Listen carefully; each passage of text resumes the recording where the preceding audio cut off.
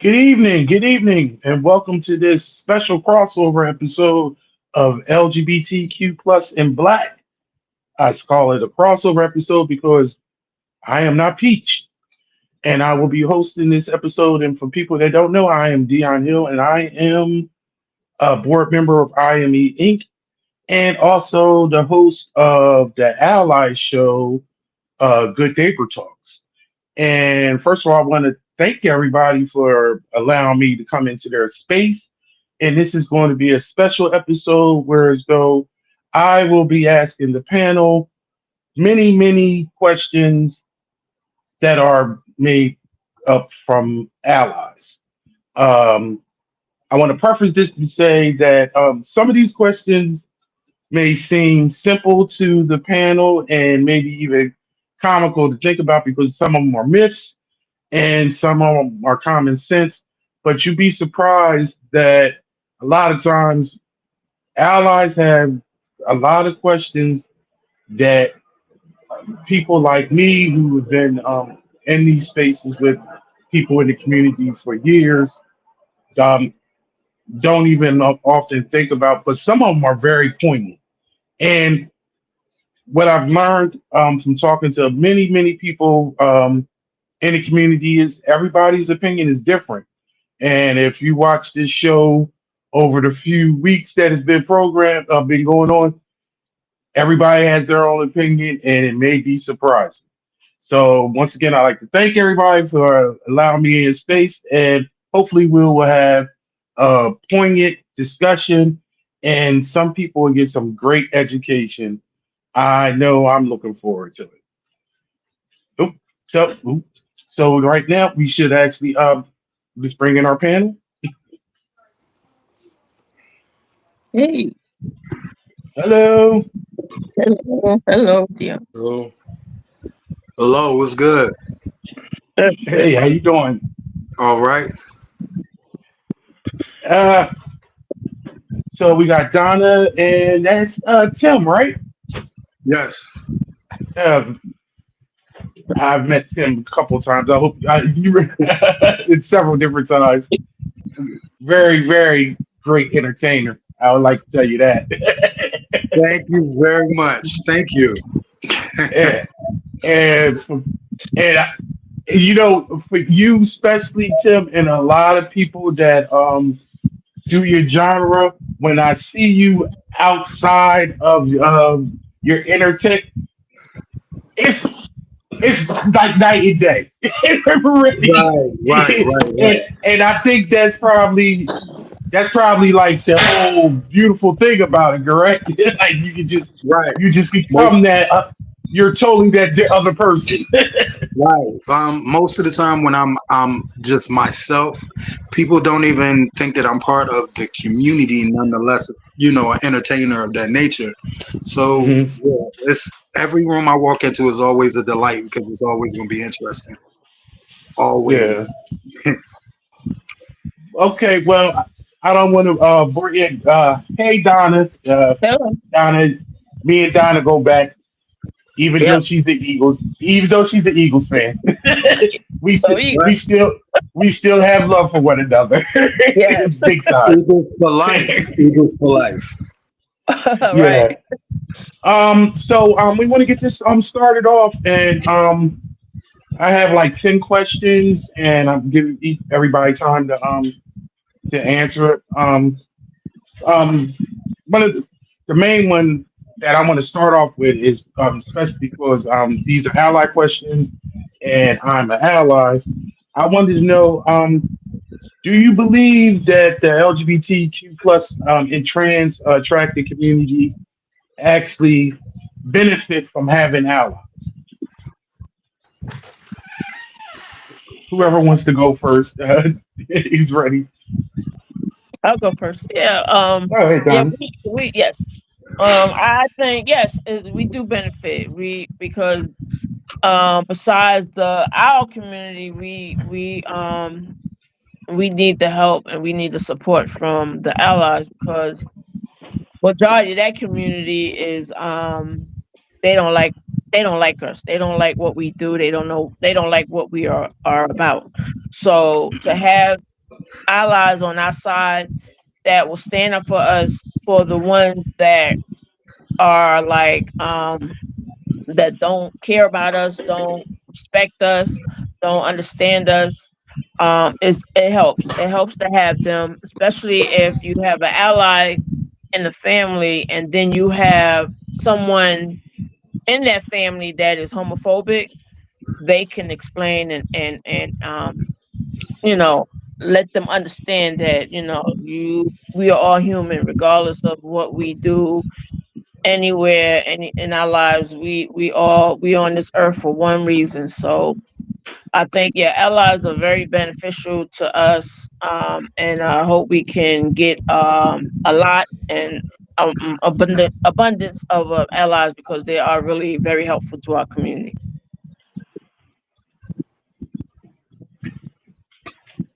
Yeah. Oh, thank you. Well, Tim? I think it's very beneficial because there's a lot of ignorance out there, but a lot of people, especially in the Black community, are raised a certain type of way, and that type of way is that this is the ultimate sin. This is an abomination. So it's always important to have those allies that can break things down to them from a neutral place, from a neutral standing. You know, um, the ignorance that we're raised with in our community is very similar to um, racism in the white community. You know, they're raised with that. That's bred into them, so they don't know anything else. So they don't know that how their beliefs and how they were raised is ignorance. You know, so yes, I think it's very, very important to have allies. It's very you know, you use terms right there, Tim, that I just had a discussion when you say so we talked about actually being on the backbone of like religion in the black community as a form. But may I ask, was you brought up in was you brought up in the church, or were you religious? Yes, very. Okay. And Okay. with my situation, my family didn't force me to go. I went on my own. Hmm. I found my own home church when I was 11, and I started going to church on my own. But prior to that, I always attended church with my grandmother. Hmm. Because I only brought that up because you used the terms.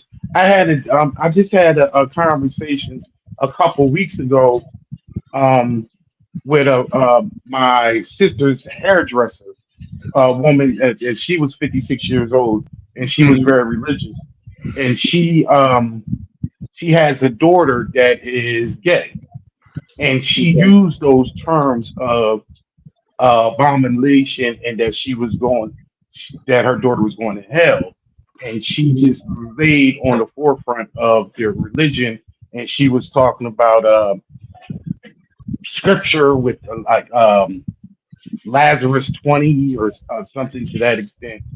But I found it interesting that, and I think we as Black people, you use like the same mantra that I use as being an ally. You know, people often ask allies, "Why do you care?" It has nothing to do To with do with you. you.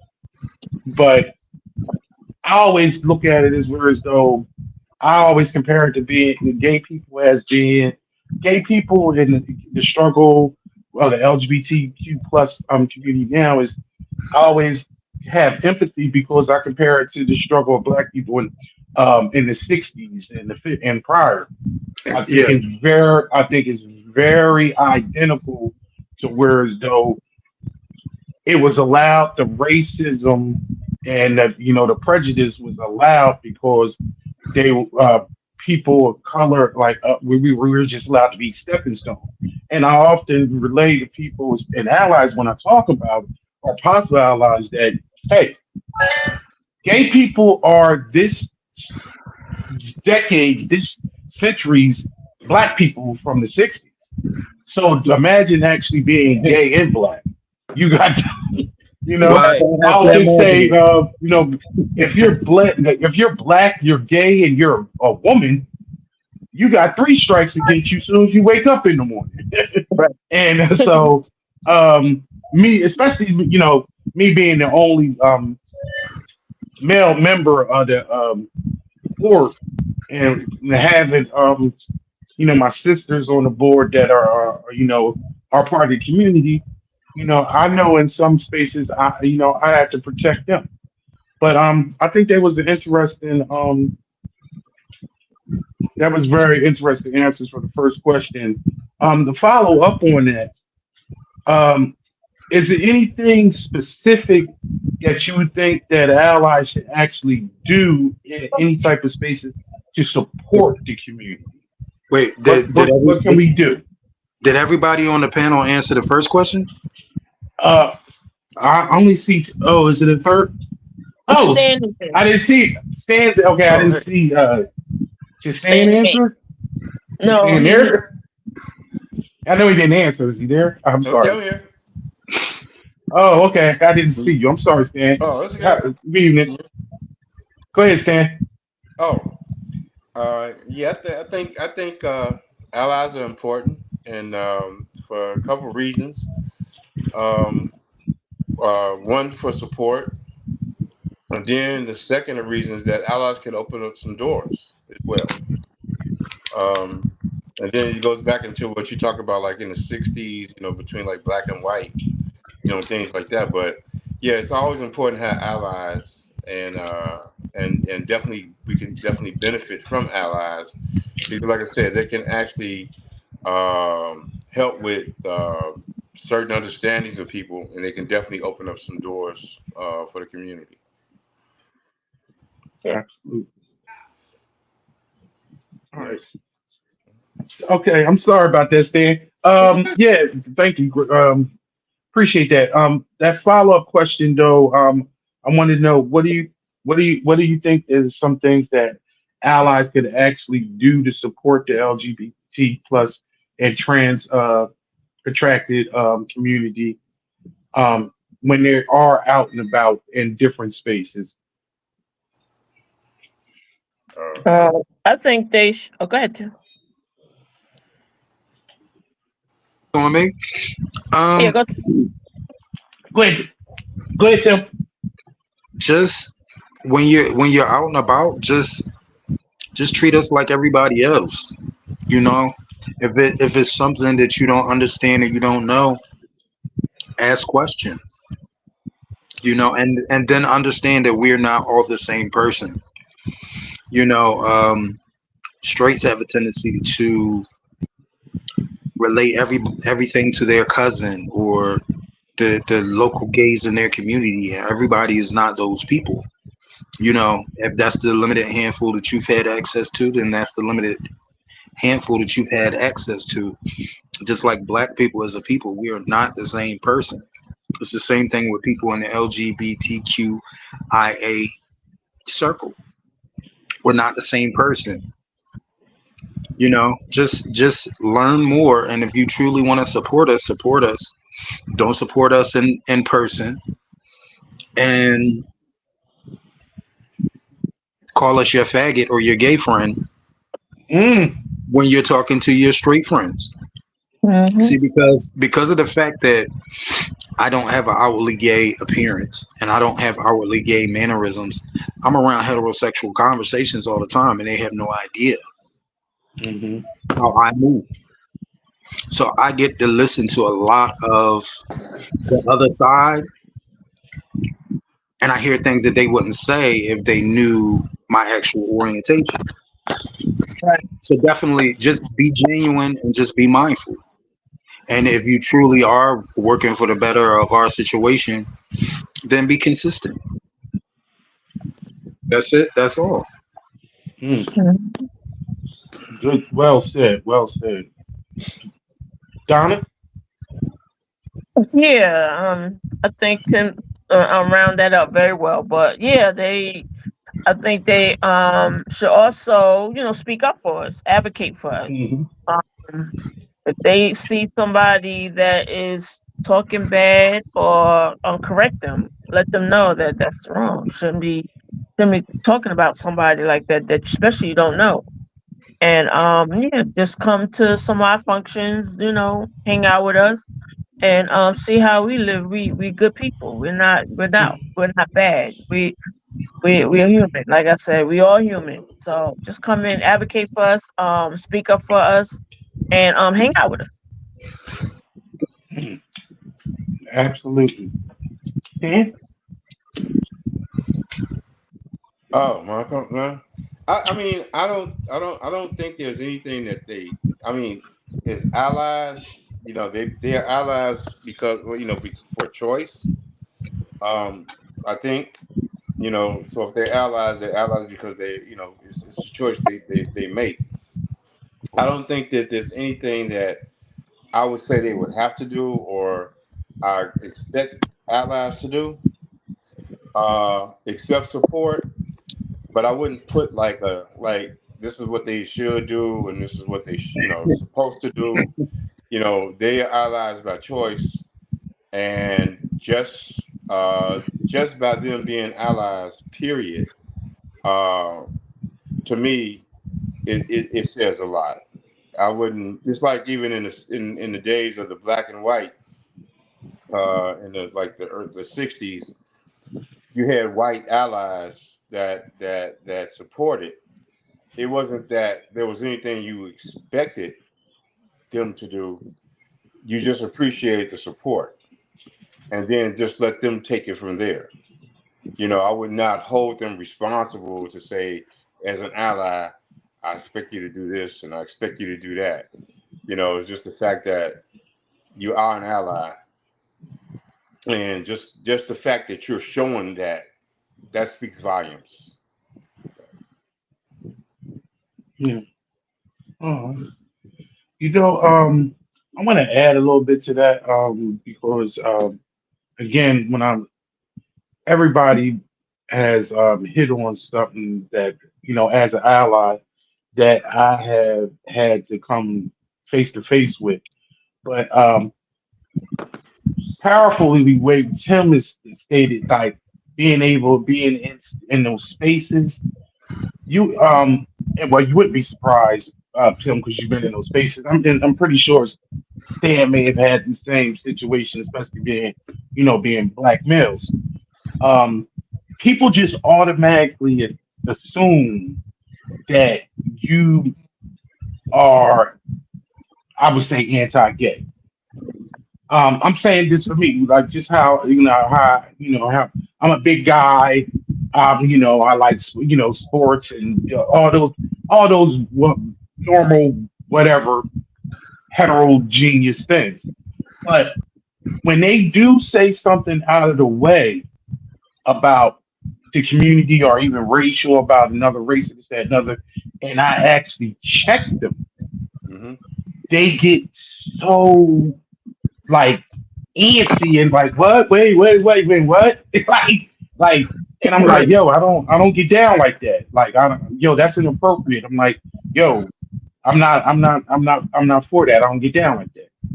And then when you ask them, like when they say something, I'll be like, do you know? Do you know any gay people? Do you? Have you had conversations? I mean, friends, relatives, and not, okay. And it also to back up what Donna said about actually just coming out to a meeting with you. Yo, that's how I got here. I always talk about like I went to an event, catered the event, and then it was a whole LGBT plus event, and I just came with from the realization that like, oh, these are just people. They just cool, Right. and then like a few people might have a little, might dance a little bit, be more flamboyant, or they but everybody, it wasn't like the stereotype of what people actually portray. So I'm Right. I'm I'm glad that was like meant like you guys actually just come out and said that. Like But I've been in that situation many a times, Tim. You just be surprised that in the 2020s, like to hear how certain people talk, Right. and they really truly believe it and think it's still funny. We have somebody else is joining us. Oh, excuse me, I gotta take my glasses off. Oh, is that Kalani? Kalani? Yes, Kalani. Hello, how you doing? I'm good. How are you? I'm doing well. How was that seafood salad? Listen, that's all I can say. That's I all I can say. It's appreciate good. that. We actually went through couple of questions, but I mean, I would love to. I'm pretty sure everybody would love to hear your opinion. We only went through two questions, so I'm going to relay them to you and see how what you had to say about them. Okay. The first one was, what do you believe that the LGBT plus community and trans and they benefit from having allies? Um, Oh, definitely. Definitely. I think we all benefit from being connected to somebody because mhm, sometimes people can go into rooms that you can't and they can advocate and they can, defend for you. So yeah, mhm. I definitely think we can benefit from allies, strong, positive allies. Absolutely. And the follow up to that was, what should like me and other allies actually do to how can we show our support for the community? Anything specific? I think specifically it starts with understanding that we're all people. I think if we understand that, it won't be a divide on who we'd advocate for and who we defend. If people are people, then we're just going to defend people. So I think it comes down to knowing that we're all pretty much the same. Just because we Mhm. live a different way than you live doesn't mean we're too much different. We're still people. Right. Yeah. Thank you with that. Okay. You're welcome. Okay. Now we're gonna go into the questions that that could be a little bit controversial. Spicy. But I done seen episodes of the show, so y'all know how to deal with Oh, controversy just fine. you're in the right place. You're in the right place. Yeah, absolutely. Keep it calm and Um, sexy. well, do you believe that sexual orientation is innate? I mean, it's something that you are, you born that way, or is it a matter of personal choice? Who would like to take that one first? I mean, to follow up on that is just because I've I'm pretty sure we all have heard, and I've had conversations with people that think like people. I never like the term lifestyle as me, Me. and I mean, everybody's allowed to use whatever you want, but I always just think like people are born. Personally, I believe people are born who they are. They may not have been fully formed when they was, but they still it's in them. It's not whereas though they. I don't think anybody will wake up one day and say, you know what, I would love to be a part of a community that's being persecuted. I'm going to do that. So, but I mean, everybody's up to pick. Go ahead, Tim. Go ahead. You first. You want to go ahead, jump in. Okay. So you want a controversy? So here Yes. we go. A lot of people say that they were born this way. I do not. I was molested as a very young child, and I believe if those thoughts hadn't been forced on me at that age, that I shouldn't even have been exposed or considering sex. I don't think that I would be this way. And I say that because of my experiences and relationships within the LGBT community. I just don't think like most people, and I've had problems connecting because of the fact that I'm not hypersexual, and I don't follow groups, and I don't follow cliques, and that has been a large part. That's been a large part of my gay experience, not fitting in because I just wasn't interested in any of the stuff that all the other gays around me were interested in. So I don't think everybody is born this way. I think there Mhm. are natural interferences that can happen to you in your life that cause these preferences. That's my answer. Interesting. I Let the appreciate games that. begin.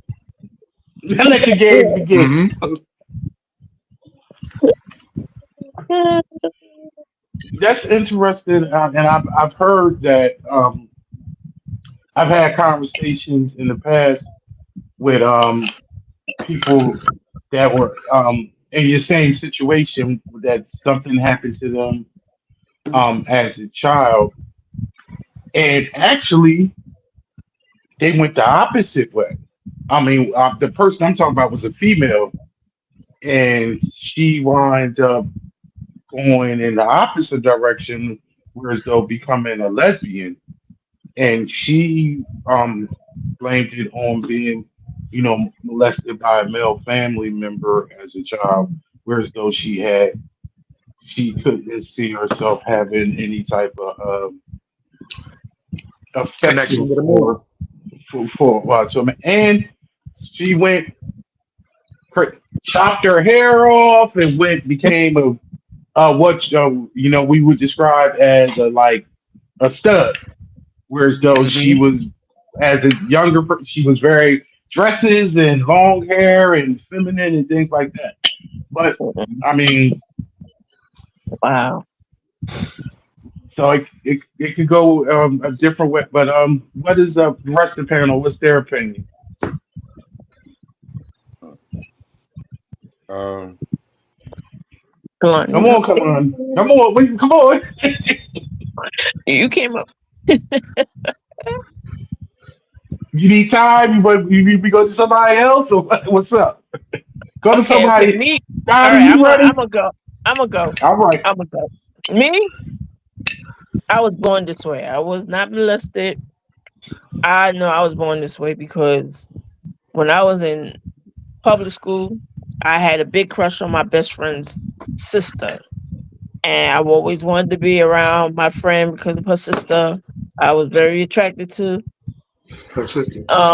other female, like other girls. I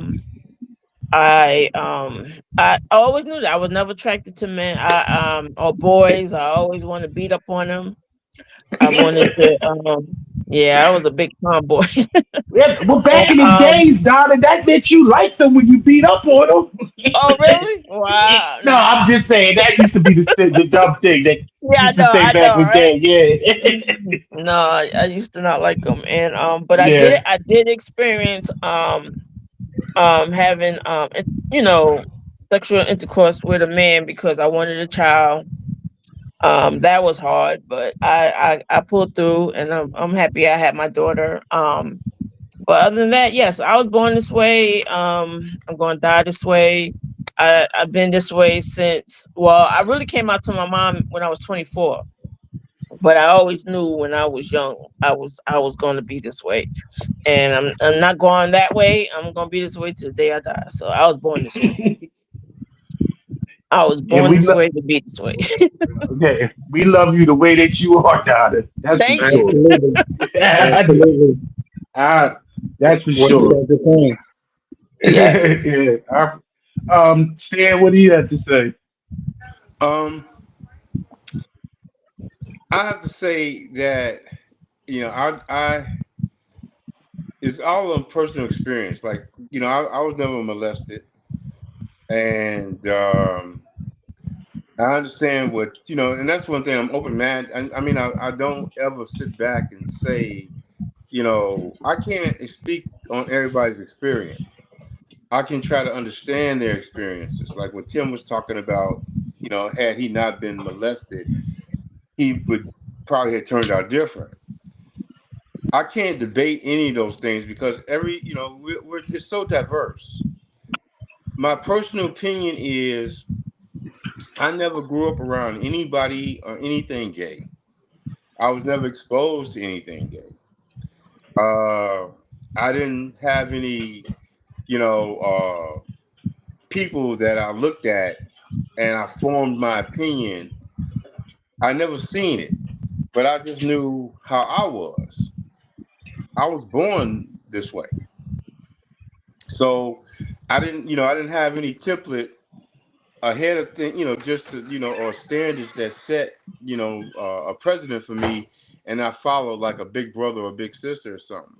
So it was just I was just this way, and I knew at an early age what I liked, you know. So um, I didn't have any. How can I say? I wasn't persuaded in any one direction. I just knew what I liked, and I was, 11, 12 years old, and I knew, I had certain attractions for, feminine boys, so I would not ever debate what happened with Tim or people that got, because he's not the first person I ever heard say that. Mhm. And then in some situations you can get molested and it'll turn you just the opposite, you know, because you'll be resenting what happened to you and you'll fight what is in you. Mhm. You know what I'm saying? So you will fight the resistance of it. So, or you'll fight the stereotypes of it.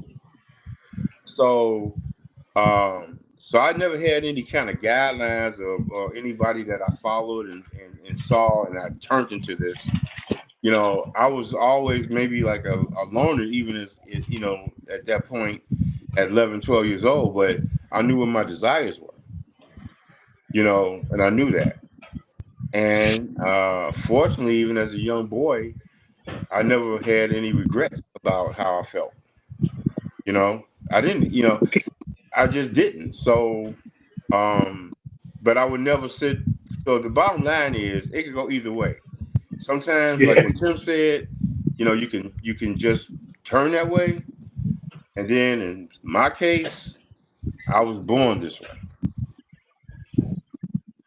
Same. So can I follow? So Tim, so I understand what you're saying. It was and it was something horrible that that imprinted.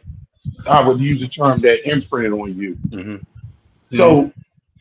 So are you saying so you say not saying that you was born this way, but it's something that it was repercussion, it was something that happened. So, but would that be still like you saying this is a personal choice of yours, or is just No, because of no. I'm saying that the okay, interference. I'm saying that the interference at that age put things and thoughts and things in my mind that okay, weren't supposed to be there at that age. yeah, I'm saying okay, that had I not been forced into that situation, that maybe if I were just able to grow my normal path, that I may have not went this way. That's all I'm saying. But see, okay, that's like the difference between me and you, Tim. See, like I understand what you're saying, that forced you. But at the same time, I didn't have anything like that happen to me.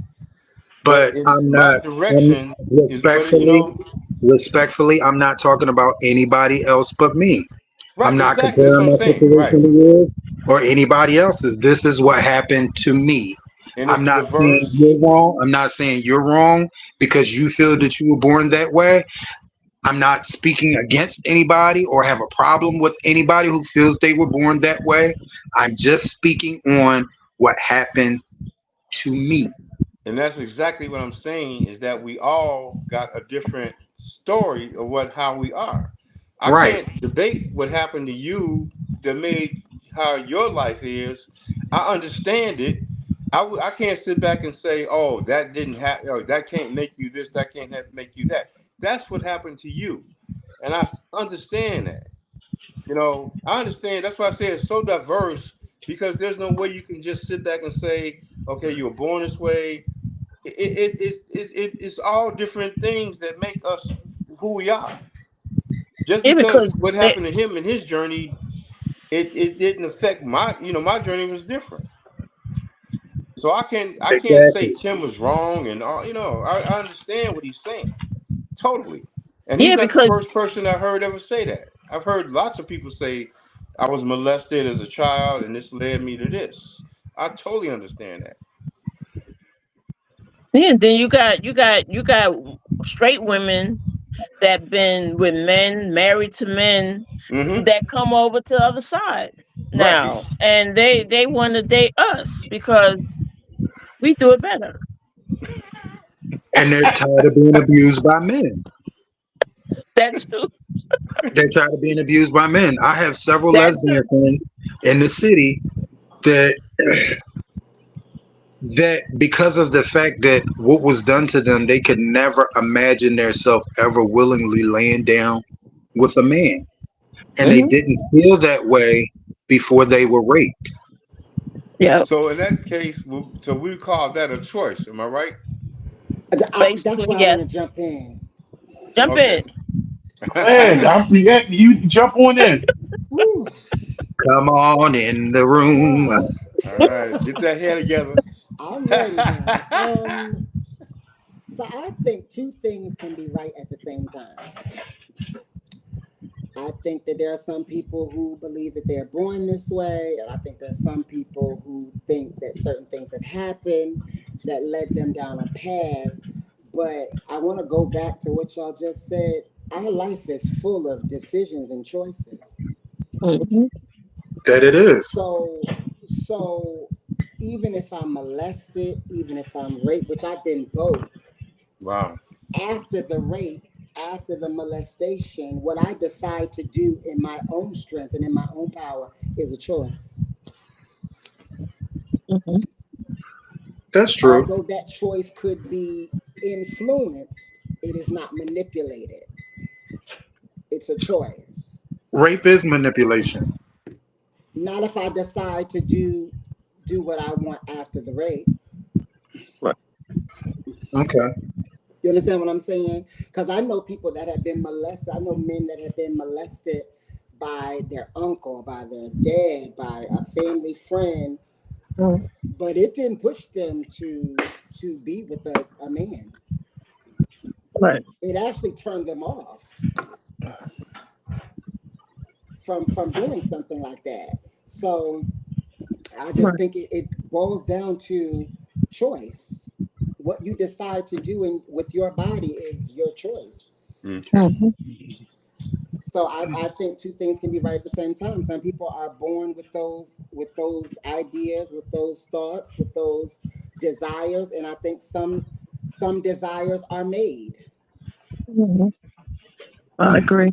Because when I first, just for an example, when I was coming up, I hated the news.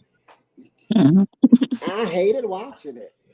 Now you see me watching it. I'm tuned in on every chance I can get because life has, shown me that I need to be more, active and knowing what's going on in my community. So things like that can change over time.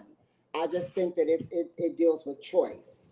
And you got a choice in the matter. And you don't have to be with a man, you don't have to be with a woman, you don't have to be. Nobody's saying you have to be. But if you choose and you decide, that's what you do. Yep. It could be influenced, but it's not manipulated. That's just all I'm saying.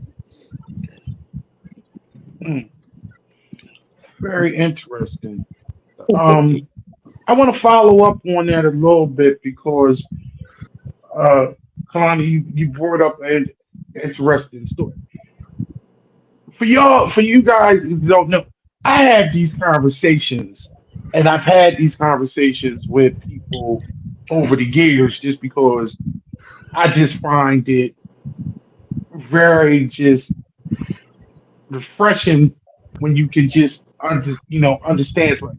And a lot of times I've had conversations with women that have been molested in my family, friends. It and the craziest thing, it's just so more common than what we think. And a lot of times it's swept underneath the rug. It happens in a lot of our families, and we just sweep it. Mhm. And I had a conversation with a friend. Now I'm gonna throw this to you, and this is not a question that's on here, but I just want to follow up because that was just a wonderful insight. What did we say? I had a friend who was molested by an older cousin, and it went on for a while because in the basement, babysitting type thing, and it was just Mm-hmm. not a good situation. But when she got older and became of age, she became more. She used sex as her own to take it back and as her own. So she was what you may call promiscuous, but it was by her choice to actually. She said she didn't want him to have the power and take the love of that from her. So she actually, became more sexual active and experimented men, females, just that she was bisexual, but and she just did a lot of different things. I mean, even now, and I'm about to use a term that we did. I know we. Did, she is right now. She is a sex worker, but that's by her choice, and she Mhm. has OnlyFans, and she Mhm. makes a living off of that. But she is very sexual, and she took the power back for herself. So I thought that was like very interesting when you say like with being a choice, and somebody may come out the other side and just be like, all right, hey Smack, I see you jumped in here. I see you. How you doing? Tim, you wanted to, I see you wave your hand right quick. Then we Yeah, go ahead. What you had to say? she's what you call sexual codependent, and basically, a lot of people's emotions, a lot of people's, a lot of people's emotions who've been through trauma are attached to sex, and it's their way of coping with the trauma. You have a lot of people out here who are sexual codependent, and they don't understand it. That's what it is. They don't understand how it attaches to their traumas. All they know is sex is a comfort. Sex fills the gap for a lot of things that aren't there or are missing or that they long for, and they use sex as a bandage to cover the wounds for everything. Mhm. And a lot of people are that way and don't realize it. I was that way. That's why I Okay, know I'm speaking from experience. But go ahead, because I Smack appreciate it. still. Smack, go ahead. I see you. Go ahead, Yeah. Smack. What was the question? I can only assume what it could have been, but what was Oh the no, you know question what? We so I can make sure? actually, if the original question, we went off on a tangent because of just the conversation.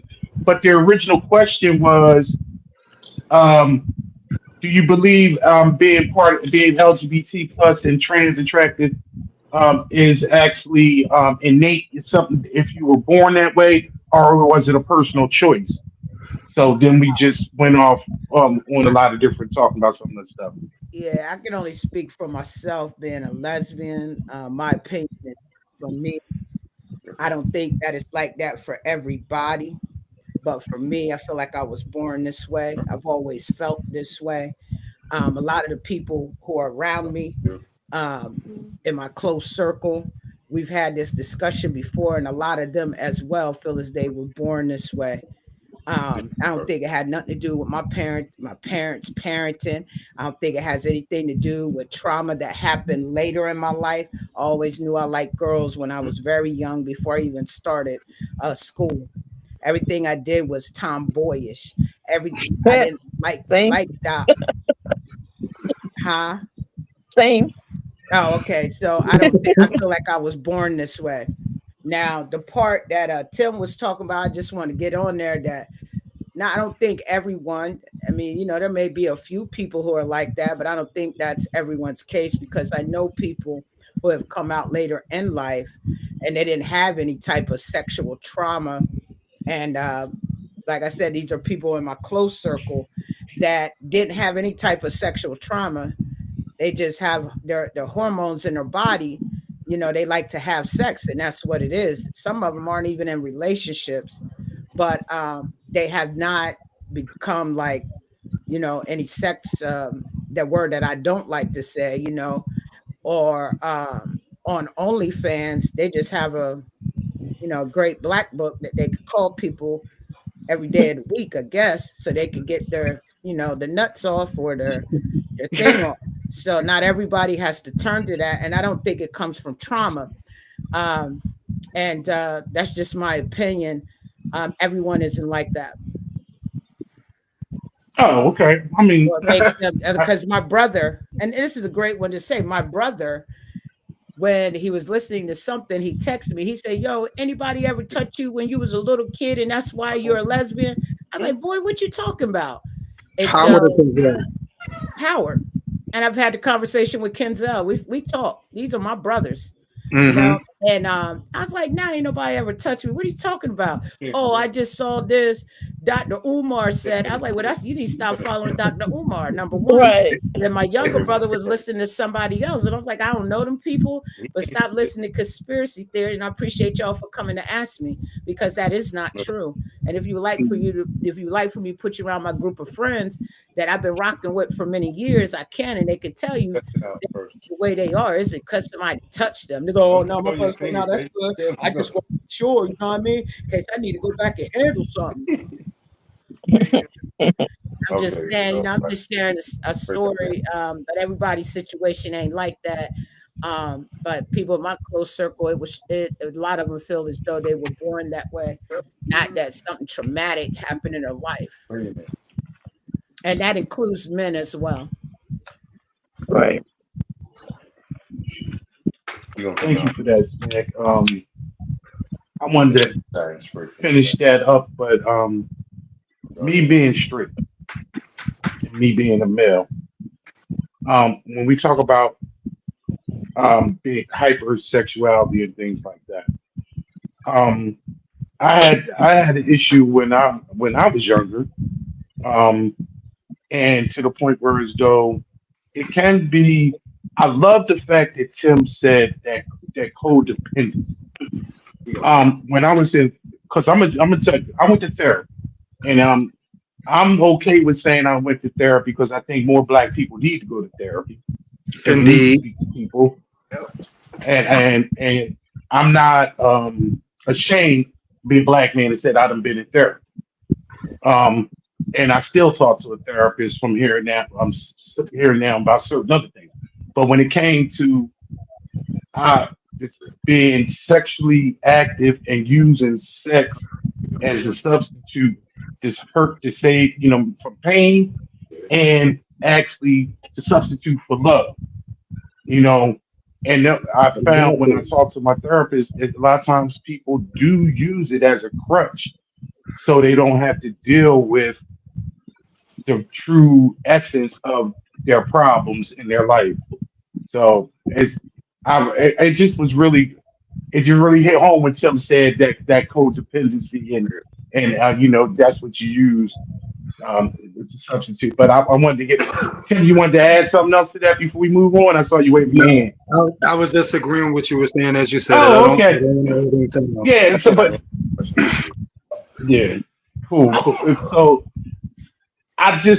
it's cool because it's just like this is the whole thing when I'm talking about, like, as an ally and just having these conversations throughout the years with people. It's like, yo, we got the same shit going on.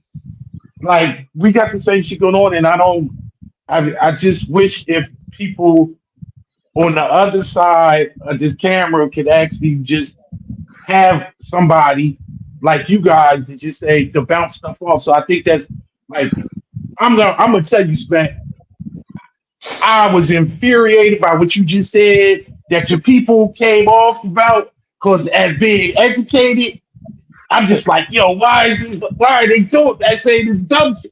But I'm glad that you was just like, yo, stop talking about that dumb stuff. And I'm glad you called me, because You can't be listening to these fools. And that, I think that's a lot of times what happened in our community, man. We listen to somebody that is quote unquote a doctor or somebody with some type of stature instead of actually talking to real people that live their life and get their opinion on what they're doing.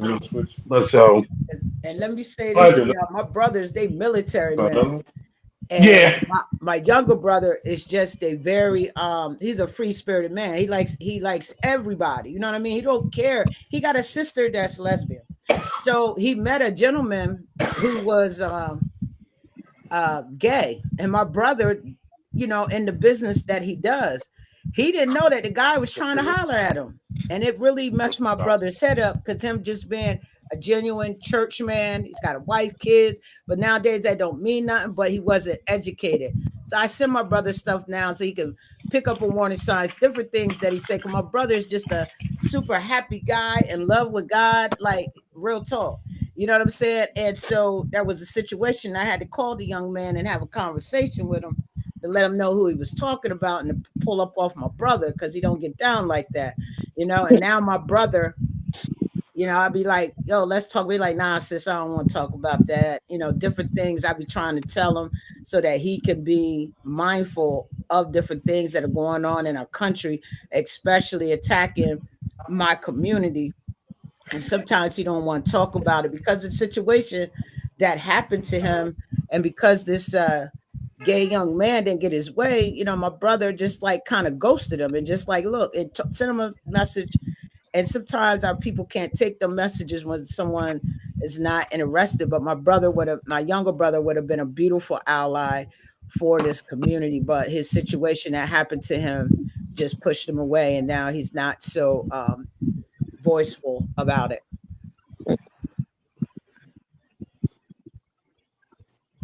that's an interesting story because I find when I talk to a lot of black men and when they have conversations, they are very homophobic, and I have a couple theories of why. But one of the things that I kind of would dispel is just exactly what you said. I did first of all. I'm. It's not one of the questions on here, but I did bring it up to Peirrce, and I didn't put it on there. But do we? You find that there's people in the community that actually go after straight people, trying to get with them, Hell Yeah, yeah. I don't. but Yeah, they obviously know that they straight. yeah. Yes. My Yeah, my, It's, my it's friend, people. I'm gonna tell you, one of my friends, Bob, they she easy to don't get. mess with no lesbian women. She go after straight women, straight off the Yeah, rip. That's all hmm she go for, straight women. She I don't go can't do it. for lesbian, bisexual, none of that. She go find a straight woman, Mm-mm. and that's what she want. I'm Can I keeping it say real. this? Can I say this? And let me throw this out there and make y'all can dispel this and say I'm an idiot. But I think if somebody was actually truly straight, then you can't make them be with you. They actually have to have some type of curiosity or some type of thoughts about being in that situation and being. I'm I'm assuming because as a straight heterosexual Curiosity. cisgender man, I don't want to be with a man whatsoever. I mean, I don't have that thought. So a gay male could not come to me and actually and trap me, and it makes me think that I'll be willingly that. But that's me. So I always assume, and I'm a big WNBA guy. I love WNBA, but and one of the and if y'all know anything, like a lot of the players, it's WNBA is about 70% gay, but a Yes. lot of the players actually date one another, this, that, and other. And and they are in New York, and it was like this one woman, she started dating one of her teammates, and she said she was dating a straight woman. And I'm saying to Mhm. myself, no, she just never dated a woman before you, but she actually had to have some type of being, Yeah. attraction or paying. but you saying it's people that go act. I don't think the person is actually straight if they go down that road. They actually have some type of uh You know feelings or my something like motto. that. And I'm saying that as whereas though I've had threesomes with two women, Mm-hmm. and a lot of times the women say they get down, Oh but yeah. they don't clarify themselves as being a Bisexual. lesbian, but you kissing on somebody, y'all doing You all this and they bisexual? things. It's just you got to have that thought. You got to have that belief system. Yeah. You can't be totally straight. I'm sorry. Let me tell It's you what. like probably Oh, go 95%. ahead. Ain't no, I Yeah. told you know my motto. Dion, you probably the only straight person I could say, but you know my motto ain't no such thing as a straight. Everybody, everybody, everybody. Okay, all right, but even, no. You If you know, want to hey, go, if you now, want to go, but if you want to go by a chemical makeup and Mhm. how it, I have female tendencies. I mean, and things like that. Whereas though a lot of everybody have like maybe Yeah, male yeah, because we have estrogen and yeah, testosterone. You want yeah, chemical yeah. makeup, Of but course. none of my tendencies is not to that point. Whereas though you understand what I'm saying, I'm not going to that point. I That's don't true. I don't have get I can't. But I know what you're saying, Donna. Whereas though and then it's I forget what the term is, but sometimes it's people that like to have, intercourse sexual relations with the same sex, but they don't actually want to have a relationship with them. Yeah, it's You something know. new. It's that something we call new. that It's trade. What is something it, new. Peirrce? What is it, That's They called Peirrce? call them trade. trade. They call them trade. Heteroflexible. Hetero Heteroflexible. Heteroflexible. flexible. Or Yeah. in our community terms, Dion, we call that trade. It's That's trade. what we call it. That's trade. But I do want to say, like, with my friend that goes after straight women, a lot of you have to see what she looks like, and she does not consider herself trans. She considers herself a woman, but she looks just like a man, a Jamaican man, A to big be Mm-hmm. Jamaican honest. man. Come on. So she's A But, very big but, straight muscular up Jamaican man. and but, she's very straight up when she meets what she wants. She gets to know Uh-huh. that person. They get to know her. It's not like they jumping right in bed because it's about a relationship. That's the other stereotype. Everybody think that lesbian women, we want to meet somebody and jump right in bed. Hold That's up with always that, the because yeah, I hold up. you You all lesbians. yeah. yeah, Not You all all yeah. lesbians are lesbians. like that, but she'll get to that's another stereotype about us that I hear all the time. We all about the sex and all this and that. The She actually get to know these people, invite them into her world to make sure this is something they want to do. You know what I mean? but you So can't it's you not Right. can't like, build a But lesbian see, cannot build a life with look, a straight woman. I'm sorry, because a straight woman is always honey, gonna she's think about doing going very back to well. you.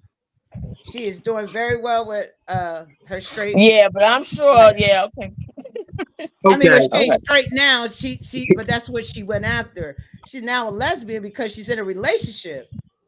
But Oh, I'm just oh, trying to she's a say, like, lesbian. nobody has to have that thought because that woman got kids. She was with a man, all of that. Now, what her thoughts were, I don't know. But she never considered herself her label. Who are we to label somebody what they are? Mm-hmm. You feel what I'm saying? But and they're usually middle-aged older women. They're not young Right, girls. that's what I said. Yep. Mm-hmm. That's what I Okay. said earlier. And, Yep. and so that's what it is. But yeah, she keeps it straight up with him. She's probably been turned down, you know what I mean, by a lot until she found the right one. Sometimes you got to do that. Yeah. But she doesn't it's want it's anyone who has been in a lesbian relationship. That's who she is. She goes Okay. after straight there's women. there's a such thing in there's a such thing in the gay community that we call gaydar. Mm-hmm. Hmm. Um, and it's basically just the belief that gay people can sense other gay people. And I agree with you. No one who is truly heterosexual, you can't turn them out. They Mm-mm. have to, even if they've never touched the same sex, there has to be some type of inkling there has to be something in them that has always been Attraction. curious. Mm-hmm. Because most of the heterosexual women that I know think just the smell of pussy is disgusting. You know, and there's no way to convert somebody who thinks that way. You know what I'm saying? I think there has to be some type of inkling. I mean, because I have friends that pride themselves in turning people out, and I I don't agree with it. I mean, they're my friends, so I obviously don't condemn them or judge them for it, but it's just not my way.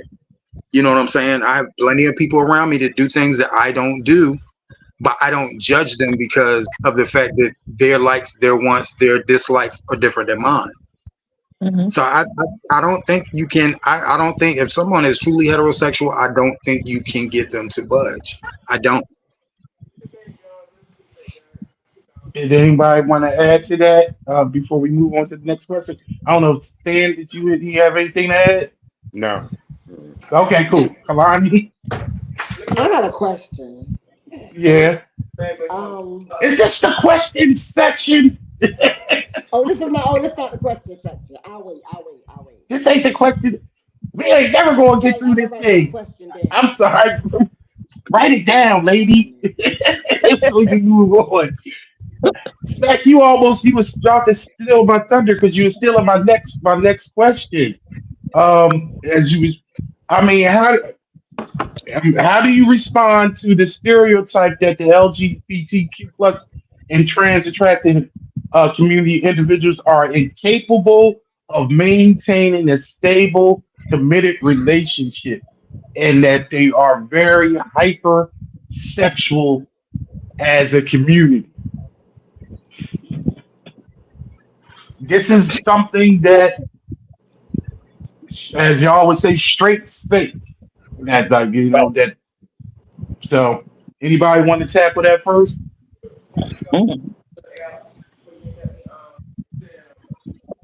Well, we know men are sexual creatures anyway. They think with, most of them think with, so I don't I know. I don't could see disagree with you. That's why I most of my friends are women, because a but lot of men are idiots. Go ahead and they think what they yeah, did. Go ahead. yeah. I just think that yeah, I mean, like me, when I'm with my partner, sex is not the only thing I think about. That's a bonus, but that's not like, oh, I need to be in a relationship because I can have plenty of sex. That's not how I think, and I don't think a lot of lesbian women think that way too, neither. But I think that our relationships last when you have a connection with the communication. It's not always sex. Sex is not gonna keep nobody. Sex is not gonna it's part of a relationship.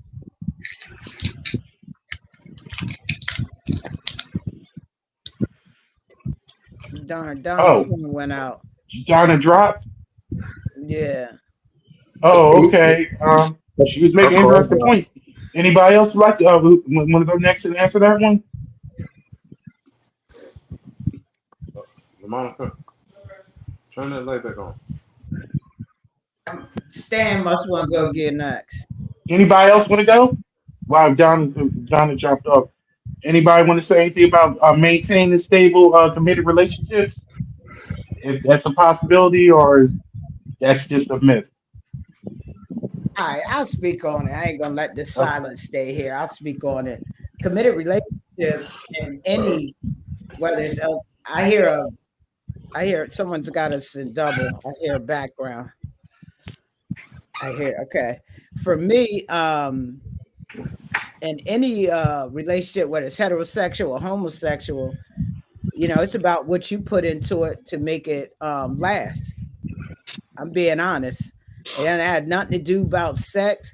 It's learning how to, in a heterosexual relationship, women got their issues why the relationships don't last or marriages. Men got the same thing. Same thing goes in a homosexual relationship. It happens. but it's about what you're willing to put into. I can honestly say I've been in my relationship for 8 years. Has it always been a hunky dory? No, but communication is key. And I say the same thing for heterosexuals. When it comes to the sex part, that is always a plus. But there's other things that I like about being in my relationship. It's not always about the sex. It's about what can I learn from my other half to make me a better person and vice versa. It's about those conversations like that. And when you finding out what their love language is too, that's another thing a lot of people don't do. I had to learn the love language of my other half so that we could get to 8 years, and hopefully we'll get to 9, 10, and so forth and so on.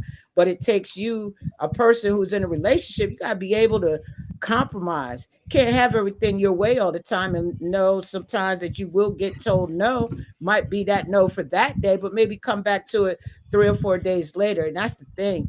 In these relationships that don't last, everybody want it their way. They don't know how to communicate. Communication is key. I'm a Leo, and I'm telling you, sometimes I can be stubborn and I can be set in my ways, but I've learned how to come out of my ways because I'm too old to be going out here and look for somebody else. Person I'm with is who I asked for, and I'm gonna make it work, and it's been beautiful. Sorry, my phone overheated again. I don't know why my phone overheats. It's okay. Are you leaning it up against something? No, I'm sitting by my computer, but I'm not. I just have it on the desk, and it's burning up right now. So I don't know if it's gonna. It's frustrating, but I'm You here. might want to get to the phone, people. Yeah, I'm gonna have to take it to T-Mobile tomorrow. See why it's overheating like that. Sorry. You pay too much money for that, sis. I like your phone. Yeah, thank you. I'll sit here until my phone cut off again. Did you? But did you? Was you able to finish your point, Donna? I think you were in the middle of your point. Yeah, I lost my train of thought. Oh, it's Yeah, okay. It's okay. Who would like but to? Anybody else would like to comment on the question? No. You have to throw them in the hot seat. They'll sit there and not answer. You got to put them in a seat. Just call their I name don't out. know that. I don't know the rules about that, but I mean, I think it's.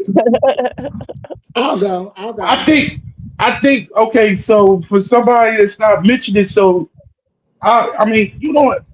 I'll I go. okay, because straight people think that people in the community can't have a committed relationship. It's not. You It's not. definitely It's not can. capable.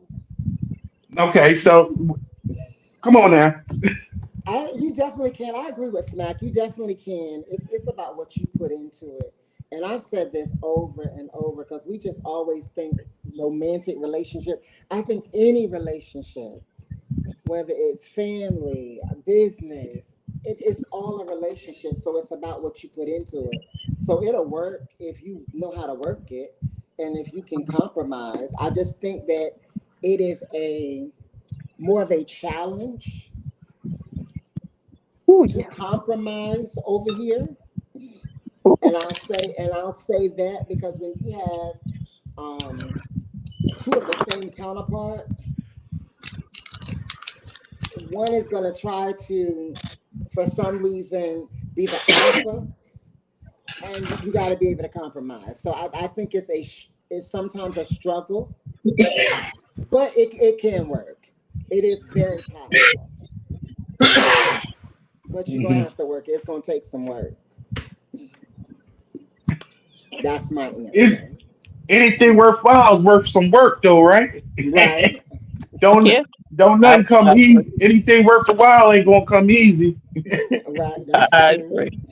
And if it Yeah. come easy, I don't want it. See, that's where we can agree. See, and see. And me and my girl, we both cancer, so and we both strong black women, so we be button heads like Oh, I rams. bet you that house is a mess.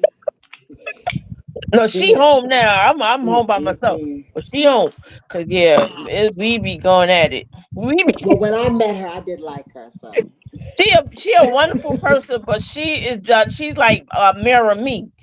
She right. mirrors me, and It's like what I tell you, boy. It's I just have to laugh. I'm curious what uh, Stan got to say. that's what I was about to ask. Stan, what we say about maintaining a stable, committed relationship? Is that possible in the community? Well, I think that we're putting we're trying to and put categories on these things. Um, it's like with any relationship, heterosexual, gay. Um, I mean, it's all the same. You know, we can't say, hey, gay people got relationships like this, and gay people are like this, because all gay people ain't one way. All straight people ain't one way. We're all human beings. So the issue I think people have is trying to categorize things. We want to try to put everything into a category. And so you got gay people that with relationships. I mean, it's all we all humans. So whether we put the titles on whether you're gay, you're straight, you're this, you're that, you're still a human being. And the relationships all just because you're gay, that doesn't change you being a human being. That ain't changing you. There ain't nothing gonna change. Because you're still a human. A But we have to human. categorize it.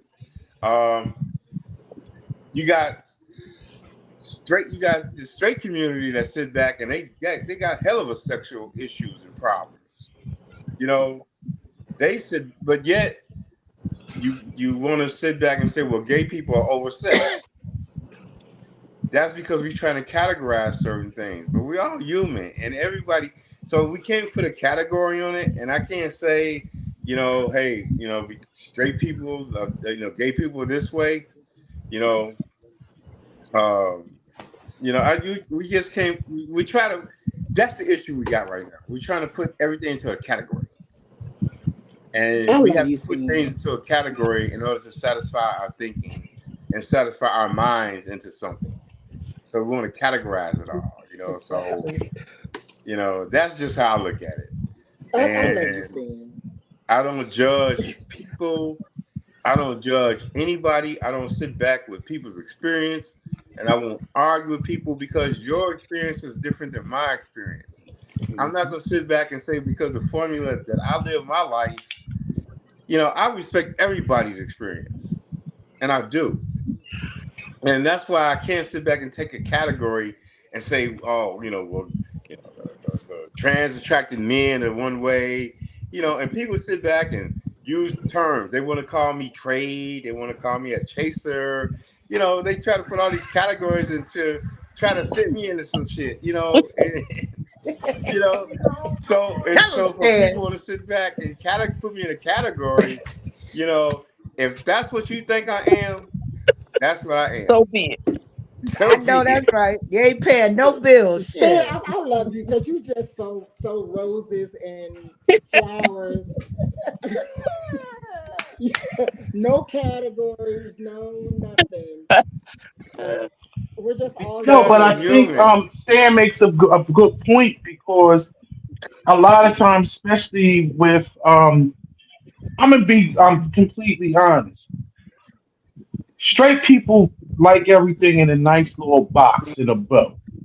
They like So um do we. they for the most part, if you talk, especially people that are ignorant, and I love to use the term ignorant because for the word for what it means, they don't know. Everybody, everybody in the community is just gay. It's not. It's not these different categories. It's not the different letters. They don't want.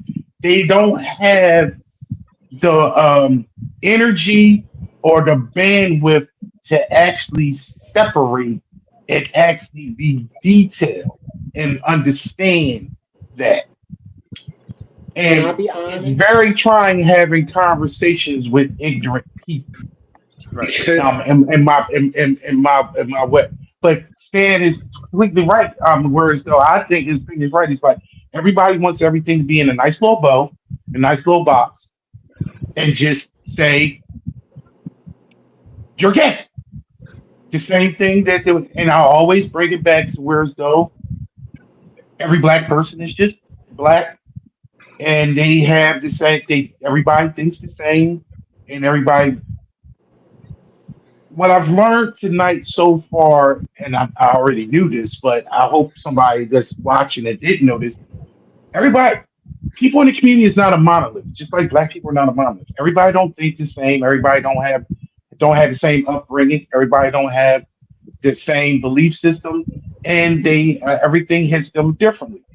But ultimately, it's just a respect thing for everybody's opinion, and where's the and everybody's upbringing, and then It's we get to learn.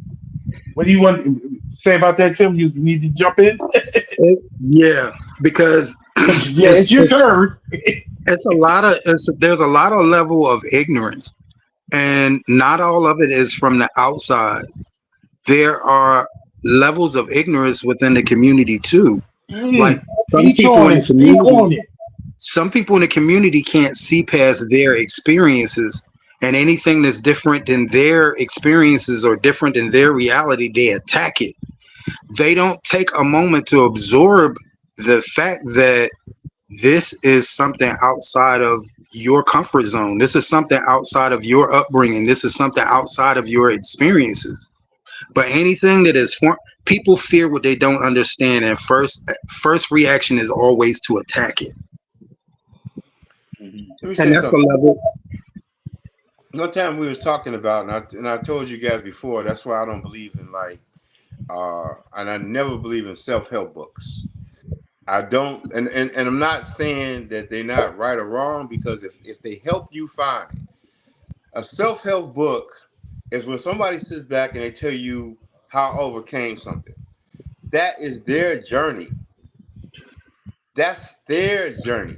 So when you buy that book and you try to find use that same formula, it ain't gonna work for you, and it can, but it because there's things in their lives that you don't experience. And it might be one little tiny thing that, like in my life, I wouldn't change a thing. And if there's one little thing in that little journey that changed, that one little piece could make me a totally different person. So when I listen to I don't mind listening to people's stories and I understand their stories, but I can't sit back and say, hey, that formula is going to work for me, because that formula will not work for me. Because and I can't depend on, like I remember when the Oprah had some family child people on her show, and they was telling you how to raise a kid, and then Oprah went back and said, you guys need to get this book. I guarantee it will work. Oprah ain't never had a goddamn child, but Oprah said, I guarantee this will work. You see, every parent and how you raise your child, everybody's story, everybody's journey is different. And the whole key is we have to respect that. Everybody on this panel has a story. I will never sit back and debate anybody's journey or story, because that's what happened in your life. I respect y'all as people because I listen to your journeys. But I can't sit back and debate this is the way it's supposed to be. This is how it's supposed to be. You know, we got to categorize what we are. We got to do what we are. You know, I don't put nothing into a category with nobody, and everybody's story is different.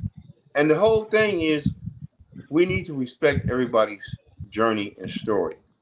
And I can't sit back and talk about anybody on this panel. Like Tim said, what happened with him. How can I sit back and say he's wrong? I can't say Tim is wrong because of what he went through. Just because I didn't go through it, I respect how his decision was made. And then I'm not going to judge his decision. That's all I'm trying to say. We all the same. Thank you, Stan. You know, we are. Yeah, that's why I don't like labels. Yeah. Thank you. I like her. Who said that? I do not like labels. I don't go by labels. People ask me what I am, I tell them I'm a smack. That's my label. And my other half, took her a while to learn that, but I don't do the label thing. I hate it. I am who I am. Yep. And people think I'm a stud. Yeah, I'm male centered, but that's not my label. I'm a smack and stand on it.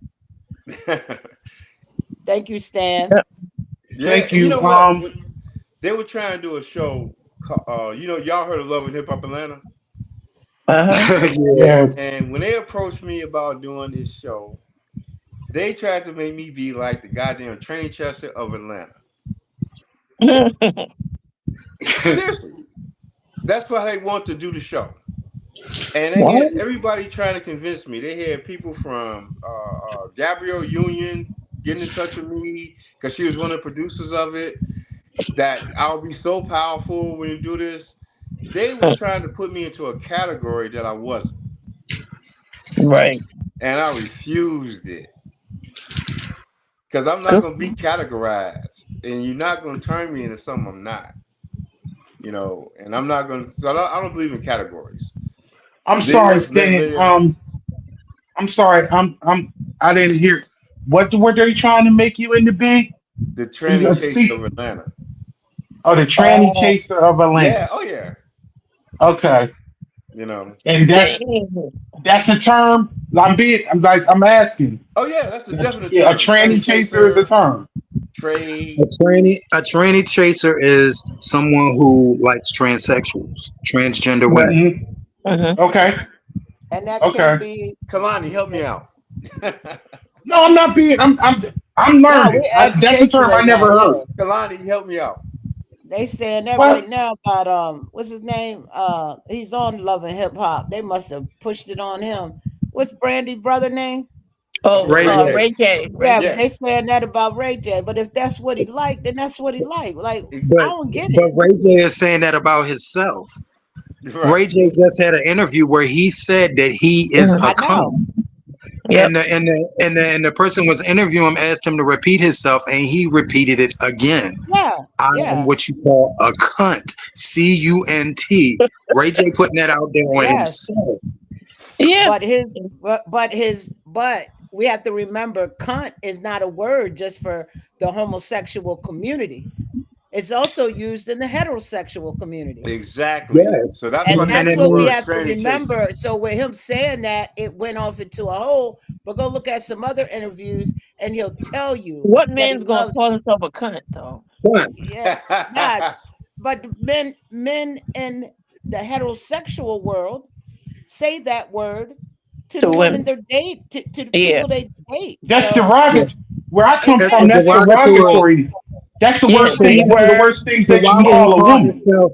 Why would yes. he call himself a derogatory thing? Look at what he He been has through. no The respect for public is himself. already exactly. He's If I trying to make agreed to do it headlines. and took that Trying label to make tranny headlines chaser, right now. When famous people say stuff like that, they try to make headlines. They can drop music. They can come They out with a new. irrelevant. it's He's about very money. Yeah, It's irrelevant. like it's he's, like if I who accepted knows what he coming out if with? I accepted the term tranny chaser, I would accept something that I don't believe, but I accepted it because I can make money. I don't give a damn what people think about me. I could have gone with that and let them Right, you run with got that morals. stereotype, and it would Right, have been a because you got stereotype. morals. Because you stand for something, Stan, and you stand on it, and that's what I love. You know, Hmm. like trade and all this shit. They came to me hard, and I swear to God, they came to me so fucking hard to do it because they saw dollar signs. But my thing is, I got a fucking family. I got my own Right. reputation, and when the Exactly. show ends, ain't nobody there gonna be supporting me because I didn't put You might myself be a out there. target. Yep. And so, hell with all that, But that's for real, and it goes back to what categorizing somebody. Tranny Mhm. chaser. What the hell is that? A derogatory comment. I don't think it's anything positive Yeah, in this. yeah, some Right. shit Love and Hip Hop created to get them more views and Well, more ratings. we're talking about reality television, whereas though I believe, in my opinion, I'm not a fan of reality television. It just looks like, for the most part, it uses the lowest common denominator to try And to guess make who the this audience trash is, though? television. The Um, audience is for the straight people. It's all about spinning the It's narrative. for the straight yeah, people to make us out to be the show. So we got straight That's people. it. That's who they targeting. So the straight people look at us as the clowns. We're the joke. We're the freaks, and that's what it Hmm. was. It's all to make us into the freaks for the straight people, so the straight people can sit back and laugh and say, "Oh my God," all that kind of shit. You know. Hence Miss Netta, hence Shamar. That's what his name? There you I mean, go. that's why. No, that's why they're so popular. It's not Yeah, popular because these people are doing things to change their life. and they got no They're talent. popular because they're actually a, they're a joke. Yep. That's Shamar, I how. don't feel That's how. he's a That's joke. how. He's living his truth. That's I how. love Shamar. Right. That's how I love him. heterosexuals see us. So those are the perfect people to put out there and to put on stage to tap dance in front of everybody. Shamar, Miss Netta, they always find somebody that's. And I don't feel this way about these people, but they always find somebody that can be a joke. Or they find a stereotype. They'll Right. never have somebody like me. You see what I'm Mhm. saying? There's no stereotypes here. When you look at me, Right. you don't see any of those stereotypes. You see a Right. strong black man. Right. They would never put me out there. They would never put, they would never put anybody that goes against the stereotype out there. It's always the ones that are the exact stereotype. Then that's and the why do only you time think they put that? us center stage. Because you're Why do not you gonna think that? sell nothing. Why do It's you like when think I that? if you see Tim right now. Because they got ratings, they got numbers behind them, and you got to think about it. Mhm. Shamar, when he, I've never, I can only speak on But I Shamar. I've been gotta following him for years. Shamar got numbers. He built that fan base. Right. They Hmm. and when the famous people started resharing Shamar's stuff, he got more followers. His Mhm. followers are out to the point where I think this is his second or third Instagram, second or third TikTok, because Mhm. they were taking his stuff down because of the relationships. And he wasn't with no famous people. He's just with, he shared his story with the man, a disabled. He slightly has a mental issue, and his speaking isn't that great, but it is getting better. I will say that. But he got people following him. So what is some of these bigger platforms are going to do, and these famous people, they want to send a message to Shamar to say we following you. But when you got bigger names than your actual show you got, lifting you up, bringing you more followers, it makes Mhm. you more you're more valuable. So that's Mhm. why with Stan's situation, got his own business that's doing amazing, and he's doing makeup for some of these big shows, and they see him with famous people, and so Mhm. that's why they want to use Stan so they could get more new followers and get their numbers up.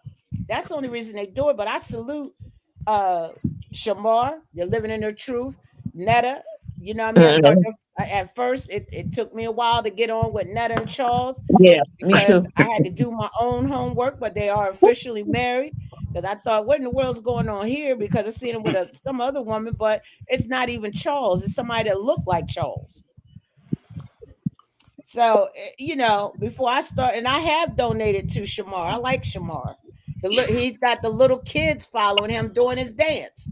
He's I not Mm. like Shamar as by well. far dumb. He's very smart. And most of his money come from schools, him just making appearances. Mm.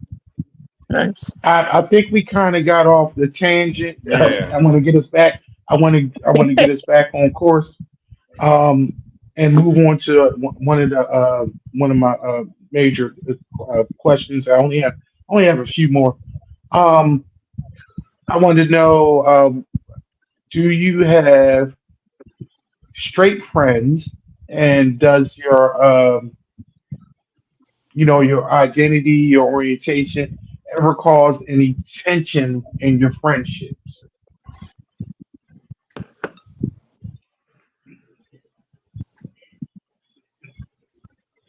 Yeah, everybody got it. Everybody's silent on it. I mean, I'll answer. Come on, Tim. All right, go back. Or Stan. So who's going to answer? To answer the question, First no. up, huh? The answer with me is no. Oh, really? Really, yes. That's very interesting. Seriously, no. And I'm talking about friends I've had since I was in high school. Uh, and it's seriously no. I never had any issues or tensions because of that. Oh, so you do have straight friends. That's what I'm asking. Oh, Yeah. tons of them. Yeah, I deal with. Okay, okay. I thought you were saying no, you didn't have any straight friends. I was like, oh, I really? thought so. Yeah, yeah. That's what I felt. So But yeah. my lifestyle, how I live my life, has never created tension or animosity or anything. Okay, cool, cool. You got you doing. In that case, you got you some good people. Then that's for sure. Because it's just so many times that we hear stories. Well, I've heard stories and Oh yeah, dealt with situations that you come out or you are a certain way, and then people go the opposite direction, yeah, uh, and I understand that, and I know people. including family, blood. especially Yeah, if you're in a yeah. You know, Any, so I mean, anybody else straight friends, and if you do have any, has it caused any type of tension, or did you? Let me ask in a better way,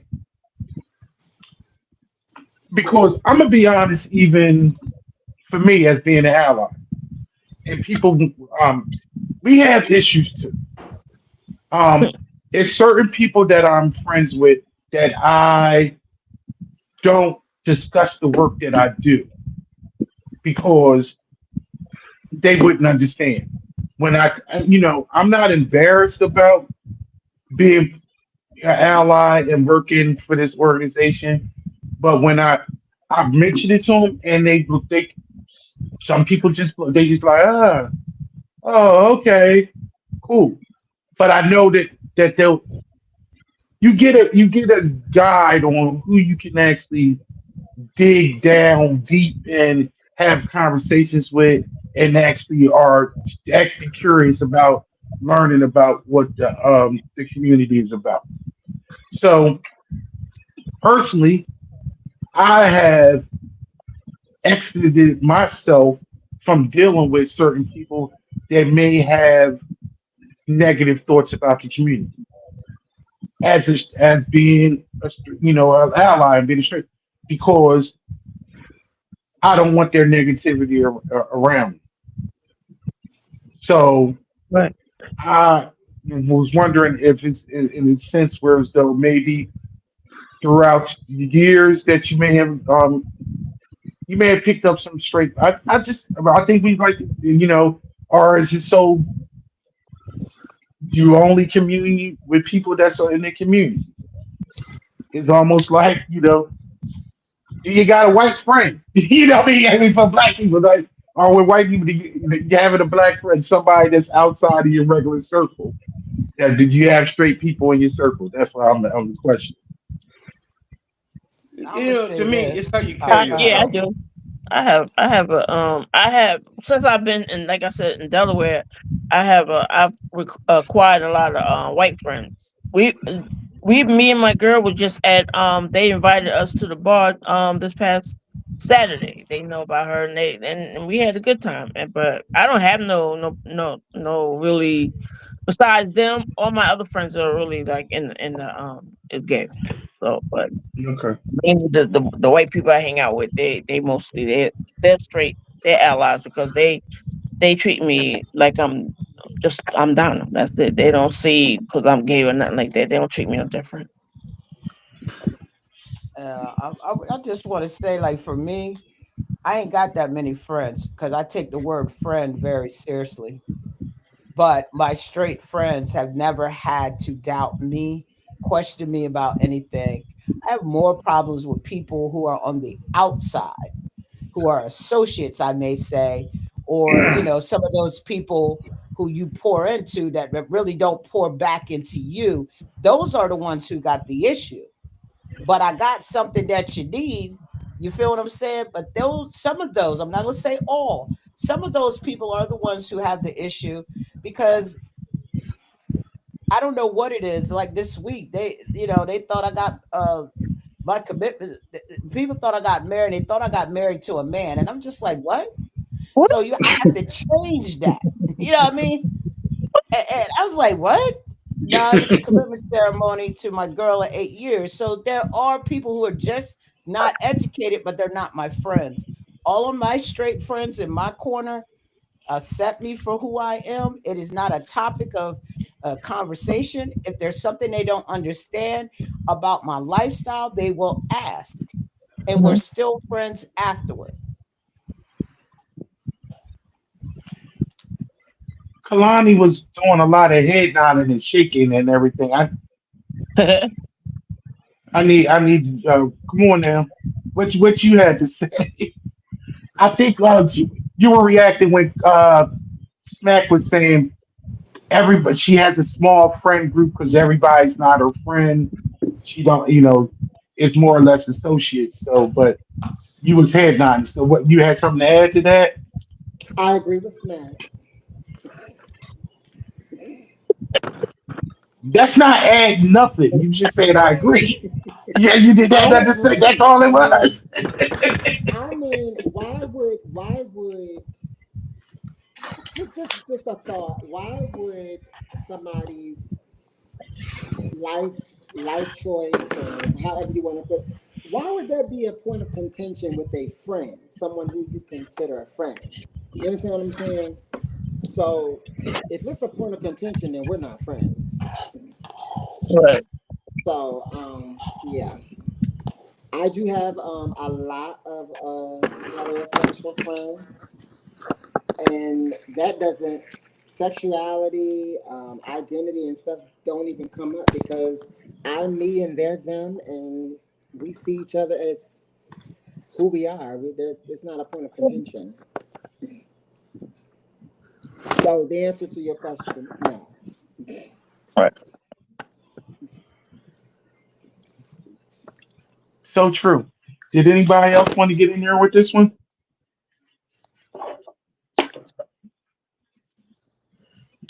Yeah. Okay, that's cool.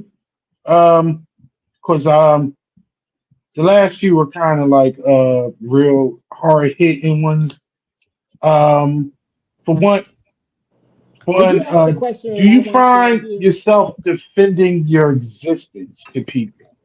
Do you actually find where as though in situations you have to have just conversations which Johnny was saying something. huh? No, I was asking. Did you already ask the question that I most wanted to answer? The first question on the list. Did y'all already answer that? Well, yeah. Yeah, Oh, okay. Well, yeah. yeah. All It's right. a okay. Cool. But you want? Does anyone find that the question is? Do you find yourself having to defend your right to exist on I, being I who you I are? didn't I didn't get a chance No. to answer the last one. Did you did Tim? I'm sorry. I thought you was all Tim. You always in everything. I thought you did it already. Go ahead, Tim. Nah, I want to really piggyback off of what Smack said. Um, I think Smack just really nailed it. Hmm. I think Smack knocked it out the ballpark. But go ahead with the next question. So whereas though you saying you agree with her that whereas though you don't really have you have a small circle, so you don't Okay. really consider a lot of people friends, Well, and the ones that you okay. do have, they've been with you, they down with you. Yeah, I have a small circle, and Smack also said most of the problems that she's had is not from her direct circle; it's people attached to them. And Hmm. Oh. I'm a Mhm. very blunt person about certain things. And is language an issue? Has it ever been an issue? I don't know. I'm new to the show. Oh, what happened? We lost him. He'll be No, back. I see Tim. Yeah, what He's happened? frozen. I don't. I don't know. Okay. Okay. Okay. I was asking, is language going to be an issue? Just go ahead and be yourself, Tim. Go ahead. Tim, say what you need to Okay. say. I mean, honestly, my friends know how I am when I handle certain situations. Most of the time, I'm a gentleman, but there's times that I'm not. And when somebody's around me and they're being disrespectful, they being out of the way, going out of their way to say little gay shit, I will kindly stop them and ask them, have they ever sucked my dick? I'll kindly ask them, have you ever sucked my dick? No. So since you have not sucked my dick, spit my dick out and leave me alone before you get more than you can handle, because I'm not your little gay friend. I will beat your ass. And most of the time after that, either one or two things happens. Either I earn my respect or we figure out who's going to whoop each other's ass right then and there. Now, I don't tolerate disrespect from anybody, male, female. And at first, when I address you, I'm going to address you as a gentleman. And I'm going to give you a few chances to get it right. And then it's may the best man win. And my close friends know that I'm that guy. So I've seen it. I've seen it. you,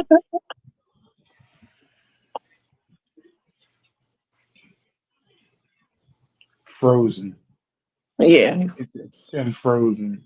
They probably cut him Okay. off, but I've seen it. Tim, do not play when you disrespect him. Well, that's just ultimately where it's though disrespect should not be warranted by anybody. I mean, anywhere in any type of fashion. So I understand that totally. Tim, are you back with us? You there yeah. yet? Okay. I Hmm. mean, uh, you said what you had to say, and I was saying, I mean, disrespect should not be warranted in any way.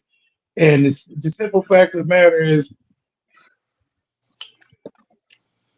no matter what your sex, to me, no matter what your sexual orientation, your identity, and everything, when you're a grown ass person, you need to be, and somebody doesn't know you, they should always approach you with respect and just speak to you like you are a grown ass person. It's so ultimately, I never understood how you can dislike somebody or dislike the community when you don't know anybody, when they have not, when they have not done something directly to you, when somebody's not done something directly to you. Yeah. Um, I'm not it just an just entertainer. ultimately just it cracks me up, and Right. I just don't get it. I mean, but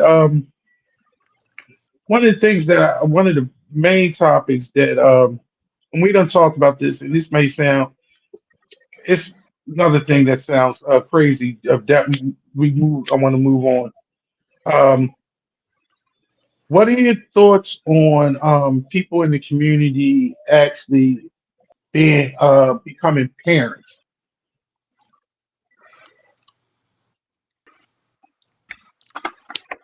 Oh, you froze. What's going on? You froze. I mean, Hey, Don. Hey, Smack. Hey, what's up? I'm here. What are your thoughts about the community becoming parents? that's My if I who's said that that. for? Who's going up first? You're Who's in the first on the hot list? seat, Smack. Oh, okay. Yeah, I am. I'm in the center. Um, I think parenting is a beautiful thing. Mhm. I ain't gonna lie. When I was younger, I used not to go for women who have kids, but as I got older, I wanted to I wanted a woman with kids. Or if she didn't have kids, if I was in a relationship, can we talk about adoption? Or can we find, back then the artificial insemination wasn't something that my other half wanted to do. So we had looked into adoption. I think parenting is a beautiful thing. You know what I mean? You got, and then people try to say because we're homosexual back in that time, because I've been gay for a long, lesbian for a long time, but back in that time, they felt like homosexuals couldn't be parents because they looked at our community as having a mental problem. But you got a whole lot of heterosexual parents out here who, and I'm not saying all, there are some who are not good parents. And I'm have just gonna mental put that out problems. there, and have mental problems and all kinds of other problems. But I have met some very beautiful people, and I also have some associates, and I have a couple of friends who are of my LGBT circle who are very great parents. I love going to their page and seeing the happiness. So I don't think parenting in our community is a problem. No. And I stand for it. All right, Kalani. Come on, you up in the hot seat. What about this parenting? Should we be parents? I think I said it on another show, but I'm gonna say it again. I think that anybody becoming who is planning on being a parent, like you're planning, this is not something that just happened and you were thrown into it. You've had the time to sit down, plan, strategize. We're gonna do this.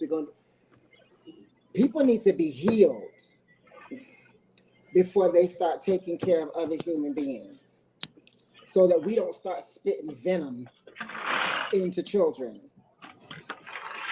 So I think it's a wonderful thing. It's very beautiful, but I'm a realist. I think that everybody don't need to be parents over here, just like everybody don't need to be parents over there. It sounds good, it sounds cute, but everybody is not a parent, and that's my opinion. Stan, you're in the hot seat. I think if people are ready to be parents, that they should be allowed to be parents. Uh, I don't think people should, but a lot of times people use children as an anchor to try to save a relationship, and that's the problem. When you use the child or use being a parent to try to salvage a relationship, that's the issue. So look at the reasons why you want to be a parent. And if you want to be a parent because you got a good relationship, you want to work, you want to raise a child, fine. But to sit back and have issues and say, "Hey, let's have a child," and then thinking that's going to salvage your relationship, and too many people use children thinking that the child is going to save their relationship. That's it. That's that's an actually interesting thought, Stan, because it happens straight, gay, whatever. Yep. I often have conversations over the years with people, and they have that saved the relationship. I say people do one or two things when their relationship, marriage, whatever is on the rocks. They either have a child or start a new fucking business, which is and that's what they're going to do to try to save. And in both instances, in my experience, when speaking to people, the marriage and the relationship still comes to an end, and now they have an additional child. child. In that business. Yeah. Couples right now, Yeah, I swear. or they buy a house. Yeah, there you go. That's the third one. 4 couples right now. I know a trans woman that married a trans man. I know a trans woman that is in a relationship with a lesbian, and each of those relationships are so abusive. And they come to me, and the one les girl that a friend of mine, I told her, she said, "Well, we talking about having a baby that'll save our relationship." I said, "I know 3 people ahead of you that got kids, and the kids in the middle of the shit because now the lesbian don't want the baby, you don't want the baby. Now y'all done got this kid involved, and you thinking that to me, if you cannot be with a person and salvage your relationship between 1-on-1, and you got to bring some other shit into it, you don't need to be in that relationship. And that's my opinion.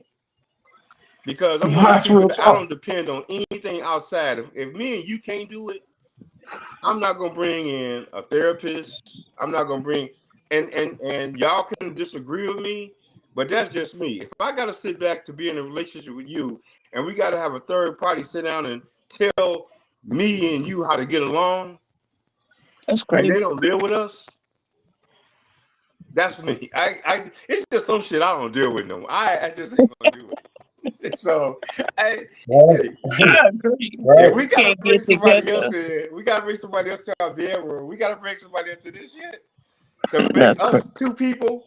So we gotta bring three people into this shit for you and me, two people to get along. Hey, the hell with that. No, no, I ain't going.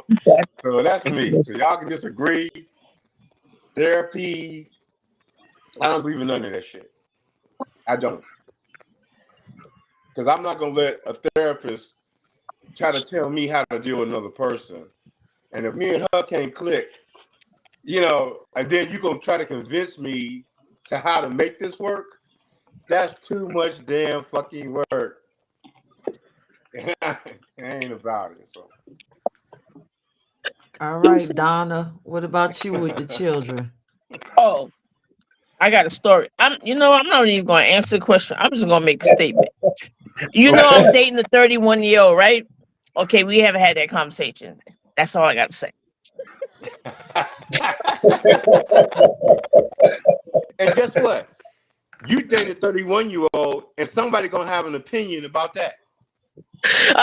Yeah, they They're gonna have can. opinions about that. You How she see these date a things? 30 people fuck their opinion, man.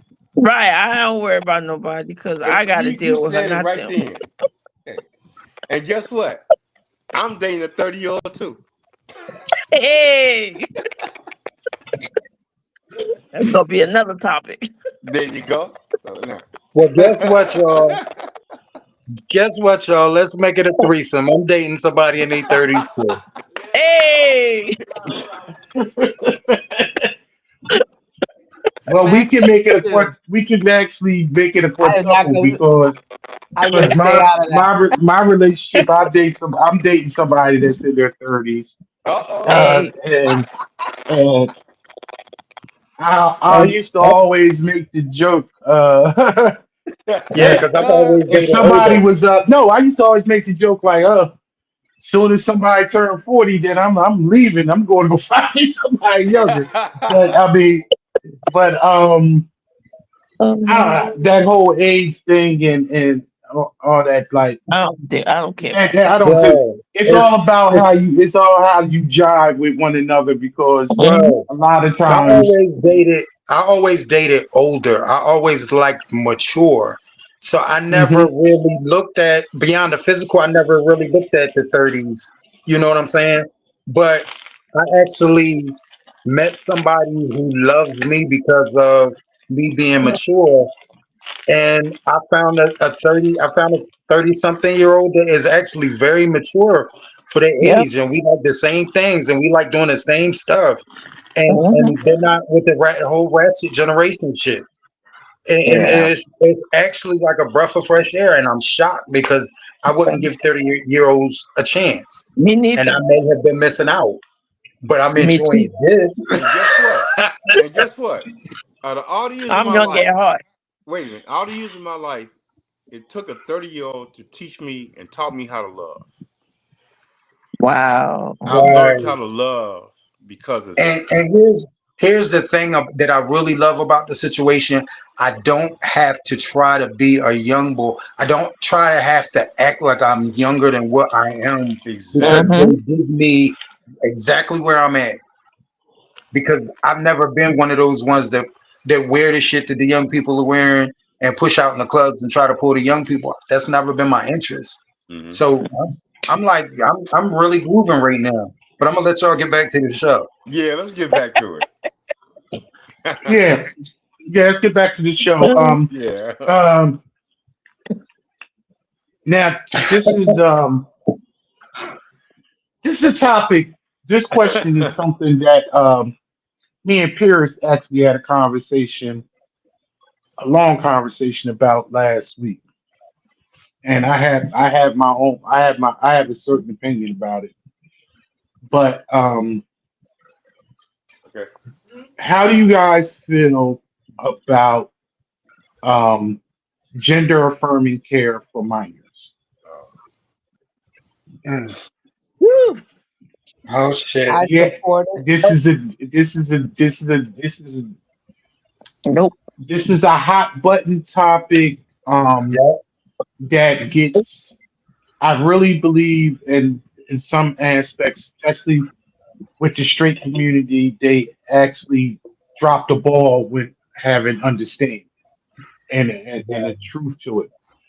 I want to preface this by saying all the studies and everything that I read about, um, majority doctors co-sign that this is something that is positive and that is safe. Um, Mm-mm. so I just want to get you guys' opinion on what do you feel about gender affirming care for minors. Uh, do I gotta do this? I guess I'm gonna do this hot hot seat thing. Let's put Kalani in the hot seat Me, first. Cologne, I was, yeah. You said Good no, choice. Kalani. I don't want to go No. first. Let everybody else Okay, go. okay. Boo. What? I do not agree with that at all. Nope. I don't. Nope. I want them to wait until they get of age to make that decision and do that to themselves. I don't know. Not hold on nope. now. Nope. Sorry. I really don't. I really. What are we talking It's about? a touchy subject, and I don't even want to get into it. But I just say I don't. No, I don't think so. I wouldn't. No. Next. Oh, yeah, no. How about Tim? Okay. Me personally, as someone who has raised a child, children develop interests, and children's interests can last anywhere from 3 weeks to 3 years I'm gonna tell you what. People before they move on to the next level of their life, here Mhm. in the and first. then the next love of their life, and then the next love of their life. So these loves start around 5 and they never end. And one day you walk into this room of all of your child's different loves that was the passion of their life at one point in time until they moved on to the next one. And you got this room full of violins and tubas and jump ropes and shoulder pads and ice skates, and they're a doctor now. And that's my reasoning for saying that I think that that's something that if they're truly, truly, truly genuine about it, and that's truly heartfelt, and that's really who they feel they're supposed to be, they will be able to wait until they're able to make their own decision to do it themselves. I don't think that giving children that decision at a young age, I just don't think it's safe because in 3 years they may be on to the next love of their life, and it might not be being trans anymore. And that's being trans is not a small thing. Being trans is changing from one person to another person. Like that's not Mhm. something that you can just say, well, oops. That's something that's with you the rest of your life. And it's going to affect you in different ways when you realize that that's not how you want to spend the rest of your life. I think that's too much to put on a child. That's my answer. Even grown-ups have it hard when they transition. So imagine a child Trust having me. Trust me, I know. I've been around trans men and women for 32 years. it. And Yeah. I've seen how many of them that absolutely love it from day one to day two, and I see the ones who get to a point in their life when they regret it and Mm-hmm. they wish they could go back, but they've done too much. They can never go back, Right. and they have to live with that decision. And seeing those things and experiencing those things with those people, yeah, I think Mhm. that's too much too early. Yeah. Too much. Just be a kid. That's it.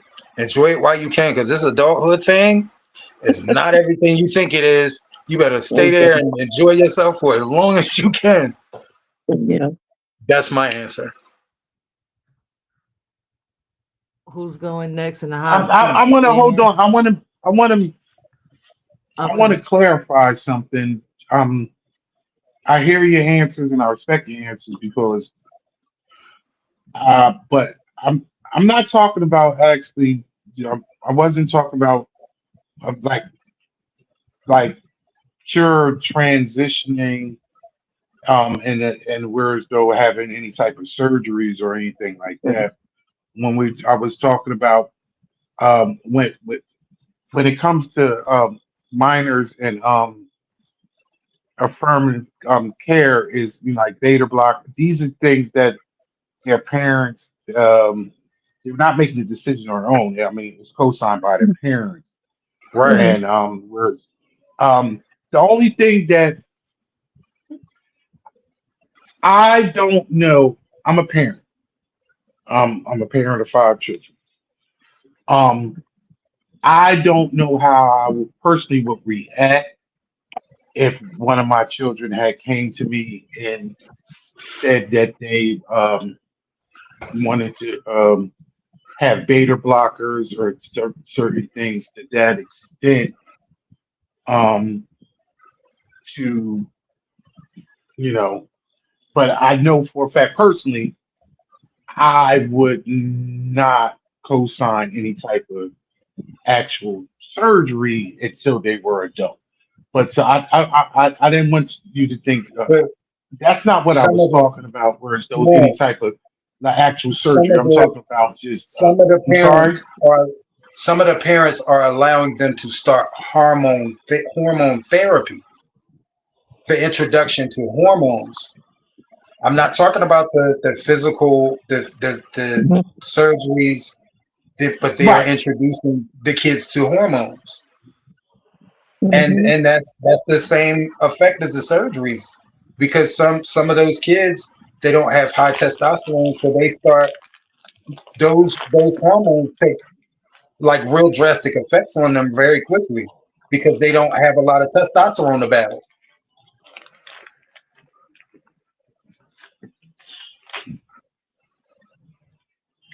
Okay. Did he, I think okay. Smack wanted to We know. answer. Hmm?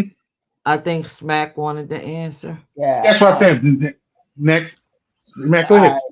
so I think a lot of people are not educated enough about gender affirming care. I respect you and I definitely salute you, Dion, looking at some of the data out there, because I'm gonna be honest with you, me as a lesbian woman, did not know much about it. I've been did my research first and now I advocate for gender affirming care. When it comes to minors, it's not about having a surgery, but there's some things that are just about being social, is what they identify as, you know what I mean? And I feel that at certain ages, and some of people are thinking like, you know, 4 or 5 years old, yeah, that's crazy, not gonna say that's crazy. 4 or 5 years old, because we don't know medically what they're, what's going on, but there is a lot of medical that goes behind it, meaning you have to see, uh, they're going to make sure and break it down to you when you're talking to minors. And parents have to be an advocate and speak and make what their child wants come to a reality, if they can. But I don't think none of it is a surgery, as Dion said.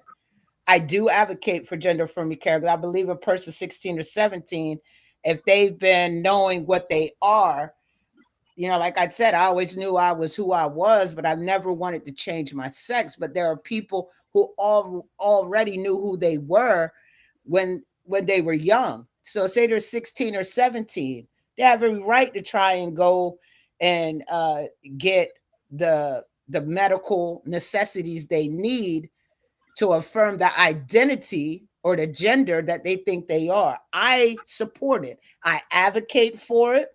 Now, I think when it's younger, there are things in place before you start going that full stream. Some things little kids can't take that a 16 or 17-year-old can take, or someone who's 18. You can't be giving hormones to a little child. You just can't. So you have to look at what the gender affirming part is. And I'm just saying, I think if people did their homework, because that's what I had to do. It took me about a year to really look at some of the studies out there nationally. And right now, because of people losing federal money, Delaware was one of those states that did it. We had places here that did it, but if you're watching the news, there's really nowhere for anyone to go unless you go to a private doctor. But I do support it. What a 16 or 17-year-old gets is not the same thing someone 5 or 6. I just want to put it out there. A lot of it is about social, and that is gender affirming care, making sure that what you're feeling at any age is the right feeling. There's all kinds of services and things you have to go through before you start getting into taking a pill every day or giving your shots every day. Nobody's doing that to a little kid, because that's what I thought until I did the homework. And I support it. Oh, and the reason I support it is because it's a human and civil right. Once you start telling somebody what they can't do, you're violating their civil rights, even if it's a child. Sorry. Is Kalani ready? Stan, you ready? I'm going to kind of pass on this. And the only reason I'm going to pass on it is because my answer will be way too long.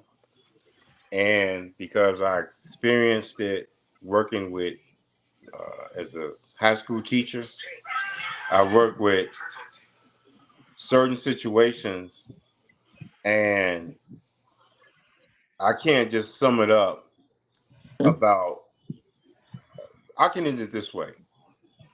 Gender affirming care, I agree with.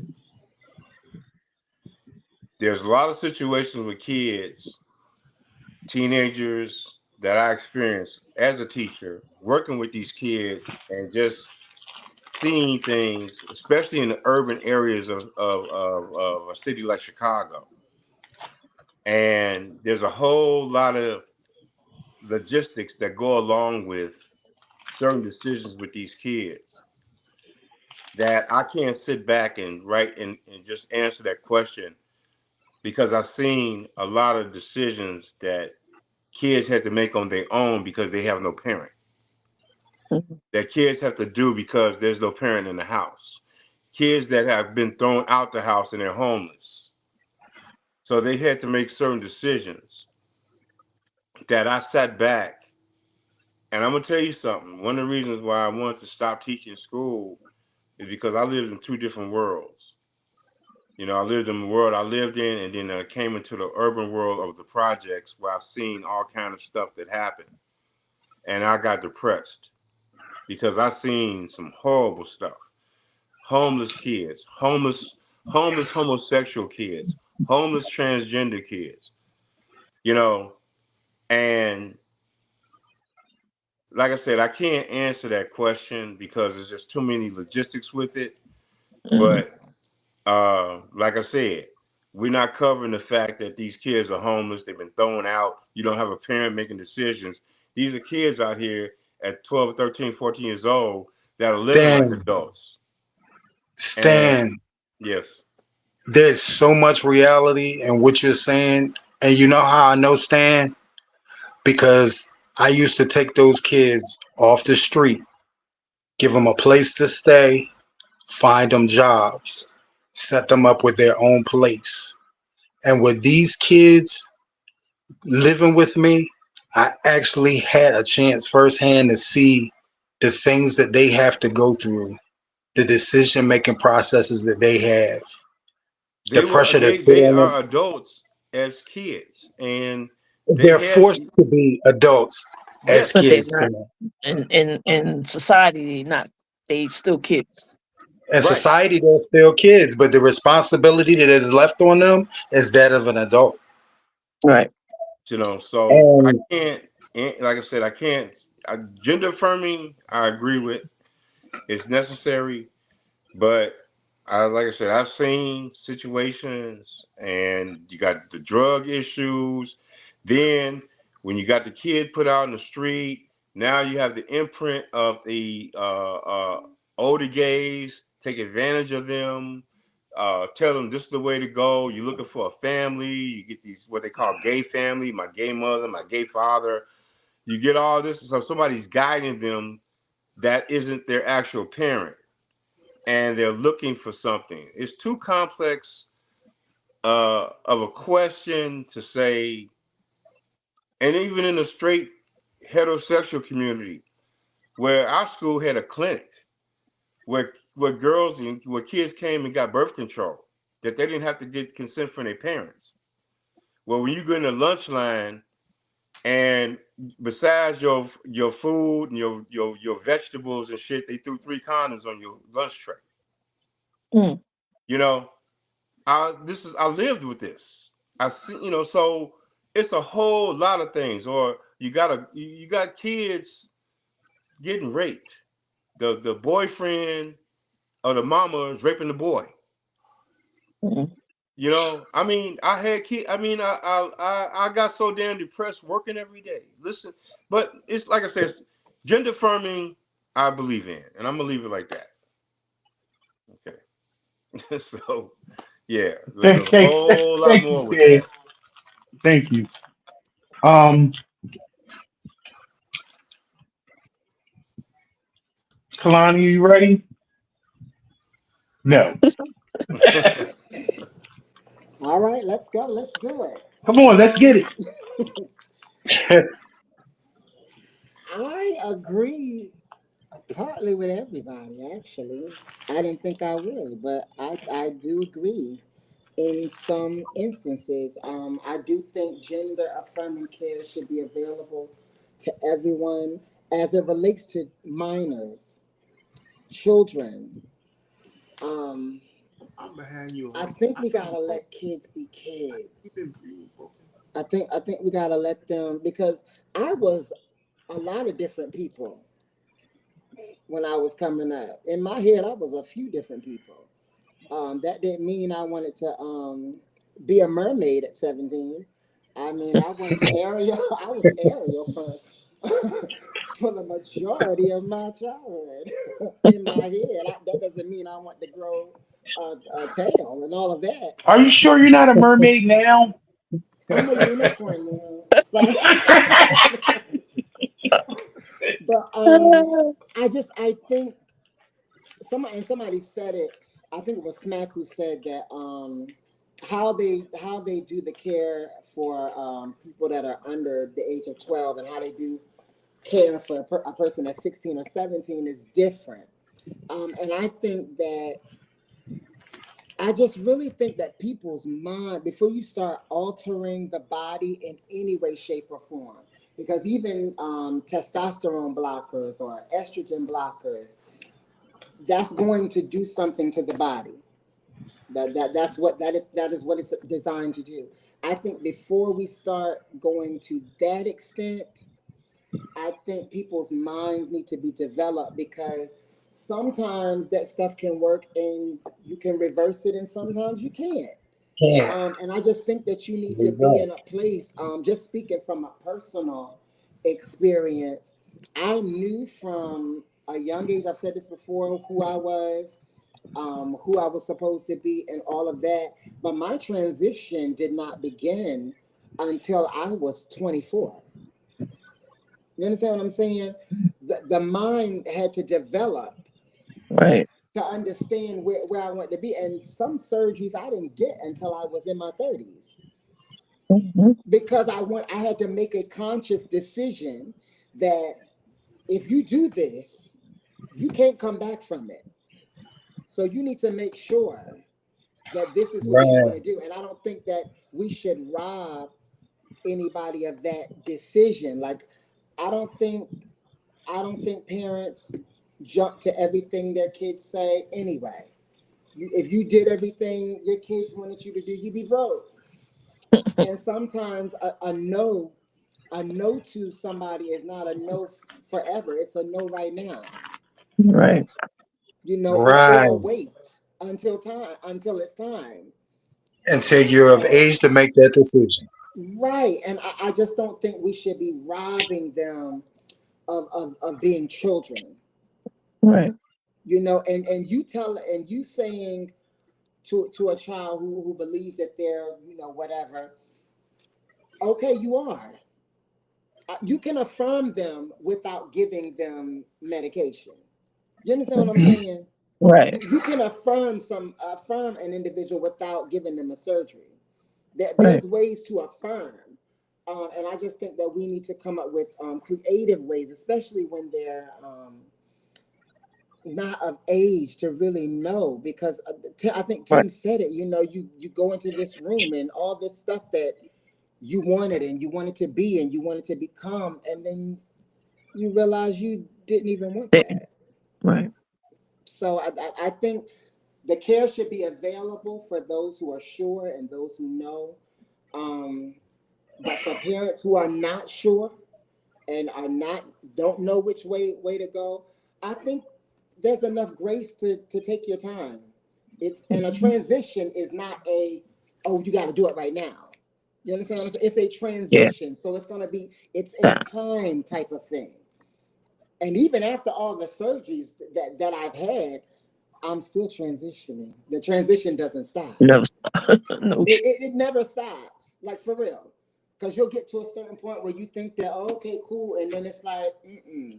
Because even some people who have all the surgeries and all that, their mind hasn't caught up with that yet.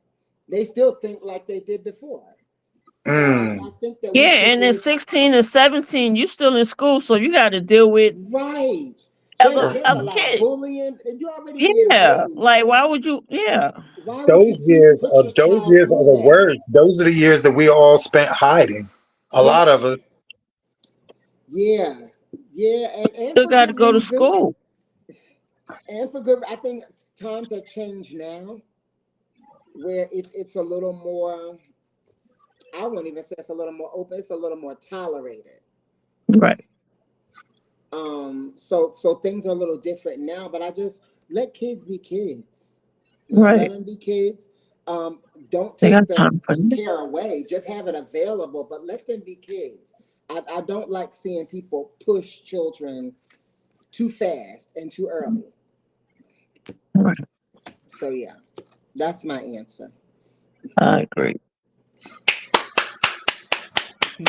Who's I clapping? I thank you for that. Tom. All all the answers. There is no wrong answer, and that's the beautiful thing when we have Mhm. conversations like this. Like Hmm. I always, I the only thing. It's only one thing that, and it's so funny because when we talk to a person that's actually lived it went through this, I mean, it's more enlightening because, especially me being a straight person, I deal with hypotheticals, and I'm just everything. A lot of these things are just hypothetical to me. So I just fall on the fact that I don't want anybody to have any type of cosmetic surgery until they're older. But just like how you said, like affirming care doesn't always have to deal with Yeah, man. actually any chemicals or any things like that, but just affirming this is how you this is who you are, this is who you how you want to be addressed, and we affirm it. I'm so pro that because I am so anti somebody taking their life because Mhm. they don't want to be, they can't be who they choose to be. I'm so afraid of that. I see you raising your hand, Stan. Go ahead. But Mhm. that's my feeling because that's why I'm a pro affirming care because I just see too many of the suicide rates and And see, when it we're really talking scares about me. we're talking about in this situation when you talk about the affirming care, we're talking about how can you put it? The best case scenarios, where kids got the parents and everything. How many people on this panel have ever known any uh, body that tried to cut their penis off with a knife? Mm-mm.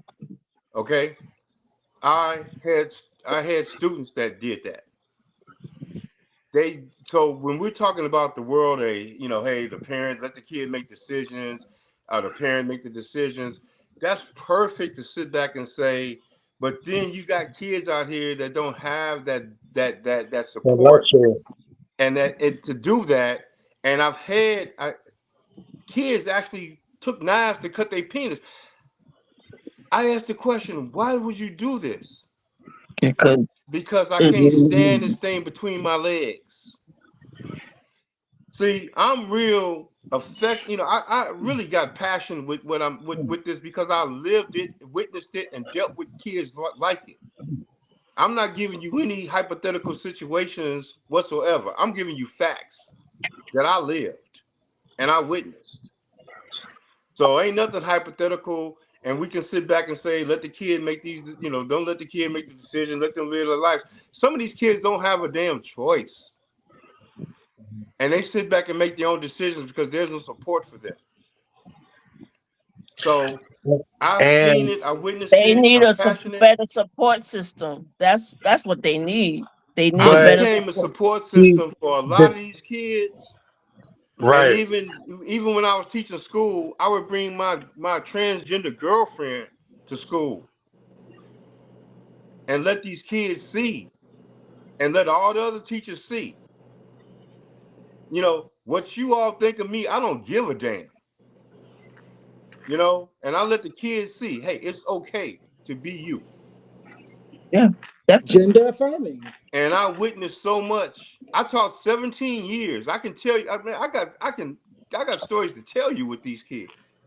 right. Right. And See, the I thing dedicated is my life, a and I lot. dealt with all these kids transgender. I even had a group for transgender kids where they had a group after school to come and sit because they had no other fucking place to go. Right, That's what they need. That's what they need. or So no that's what place I'm that was saying. So safe. we can do all these hypothetical and hey, we can do gender affirming, let the kids, live their life till they're 16, 17. A lot of these kids don't have that choice. A lot of them don't have it. What do You you know, mean saying they don't have that choice? they don't have the choice. They're put out. They Your don't What know mama are the how to calling you a things that access. you sissy every ask? damn day. What I don't They understand. don't know how to access the resources in order to get the help or any of this care that y'all talking about. These Right. kids have no idea to how to just go to an organization that helps the LGBT community organization. In Philadelphia, we have organizations like Colors, Philadelphia Fight, Mazzoni Center. And see, the kids didn't know how to access these things. So the kids that I would take off the street, I would take them down to Colors, or I would take them down to Mazzoni Center, and I would introduce them to people who could hook them up with food banks, pantry visits, vouchers.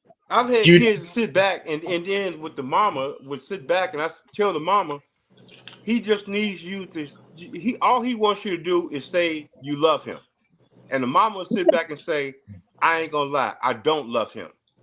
Wow. right in I his That, face. don't love him. I ain't gonna lie, I don't love him. that's crazy. Yes. And see, people think, yeah, that is crazy. And like I said, I'm talking fact. I'm not giving no situations that I didn't experience. Well, mama can sit back and say, Right. hey, if he going to kill I'm himself, so I wouldn't confused. care. And then some people can't That's relate to not, she that. not that person was not human. That was a robot. But I'm just saying, but this shit exists. This shit It's real. exists. It's real. It's real. It's not. Karen, It's I not don't love numbers and you. statistics. But I'm It's not sorry, numbers and I still statistics. It's feel the real life. same way. You know, They just need better people in their lives to help them. That's it. see, we can say these things. Oh, this is what they need. They need better people. They need this. They need that. But the But the reality people in is, their we can life say don't these change. things. But yeah, sure, they need that. But the reality is, that's why we have the situations we have. Because see, I don't expect any of you all to understand what I'm saying because you never experienced what Right. I've done. So I'm not But gonna I sit back have. I and have. expect you guys to understand that. But I'm passionate with it because I dealt with it for so long, and I'm very passionate about it. So this is what I'm saying. We need gender affirming things, but we got to look at all kind of other aspects of these what these kids are going through. If I had a kid that sat back and say, "Hey, I want to transition," as a responsible father, I could sit back and help him make these decisions. But Hmm. as a 12 and 13-year-old kid out in the street and then want to cut his penis off, why are you doing this? I don't want this thing between my legs. Some people ain't gonna understand that. They're gonna call their kid nuts. But that's the purpose of gender affirming care. It's a whole lot with this. So, but if he wants to cut his penis off, and then we say, well, he's only 13 years old, let him wait till he's 17. Some people don't have those options. They don't. Well, I think All right. this is how I feel when it comes to that. People need therapy Mm-hmm. when it comes to transition. And we don't talk a lot about that, but people need therapy Mm-hmm. because people transition for different reasons. And everybody's reason is not the same.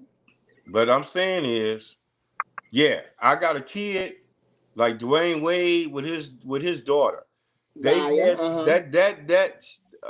she had the support of a parent that sat back and say, "Hey, we're gonna go to therapy. We're gonna do this." I'm talking about a right? kid that's been thrown out to the damn street, ain't got It's no not healthy. resources for And nothing, they encounter you. and then you sit back. But then think about it. I'm only one person. Now they're being encountered by other people out there.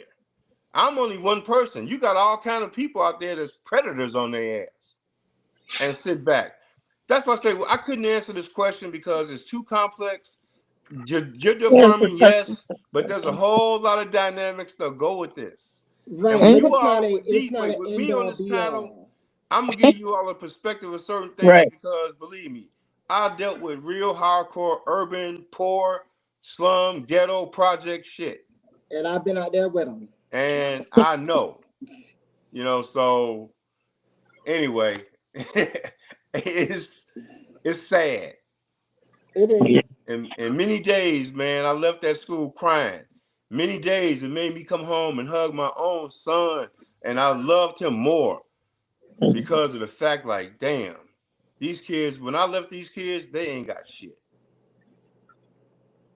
and you can't try to save them all. Th- No. Thank But you, yeah, a Stan. Took the kid words cutting right off out his my mouth. penis because he can't stand it, and then you got somebody trying to make him understand why he got it.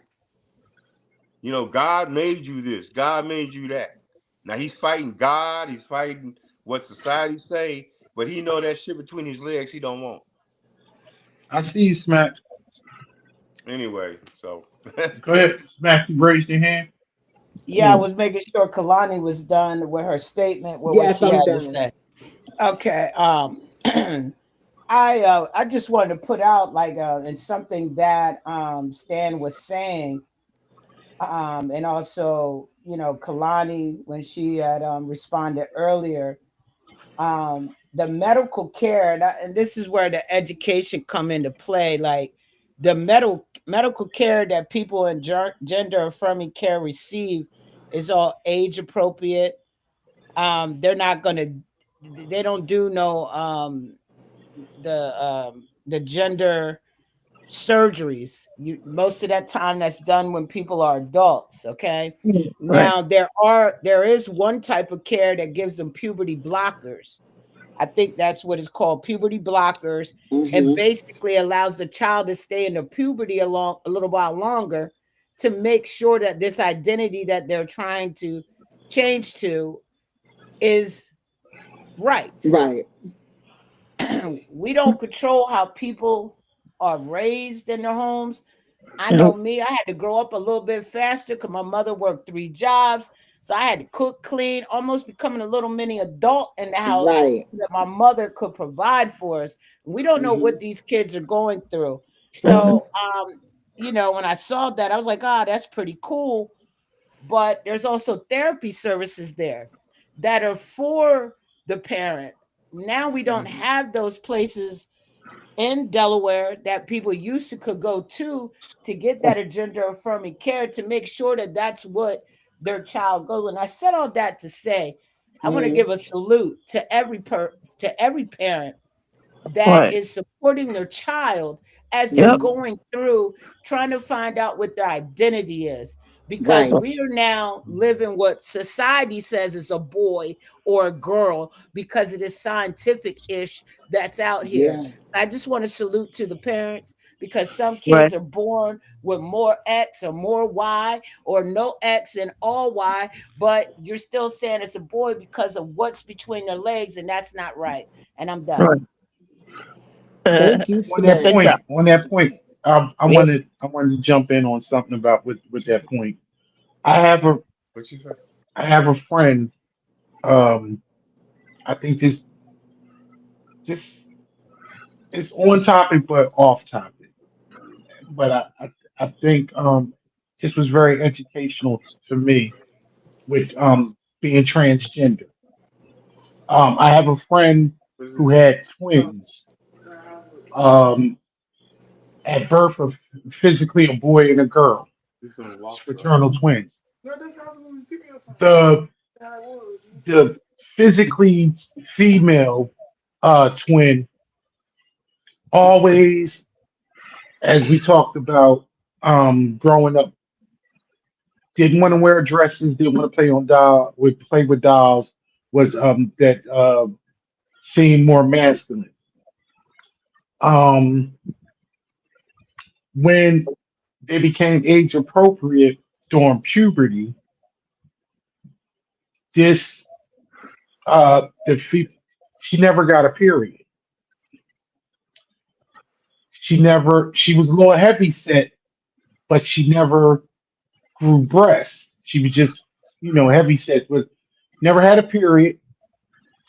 And by the time that they were a teenager and then was in college, had a full facial beard without any type of Hormone. chemicals. Whereas though, and I learned about, being intersex and stuff like that. And I even asked, you know, my friend who's the mother, I was like, oh, is so and so on? And she was like, no. She was like, she's never had a period. She's never, I said, oh, I said, so maybe it was a situation where as though her testicles never thrive Drop. and she never acted. So whereas though you actually had two twin boys, And this person that I'm talking about now lives their life as and I had as a transgender son, married, has two children, um, a police, I'm sorry, a prison guard, um, had married to a cisgender woman and has two children. Um, but this is a whole another thing, whereas though part of the community, whereas though she was, she knew who she, he knew who he was.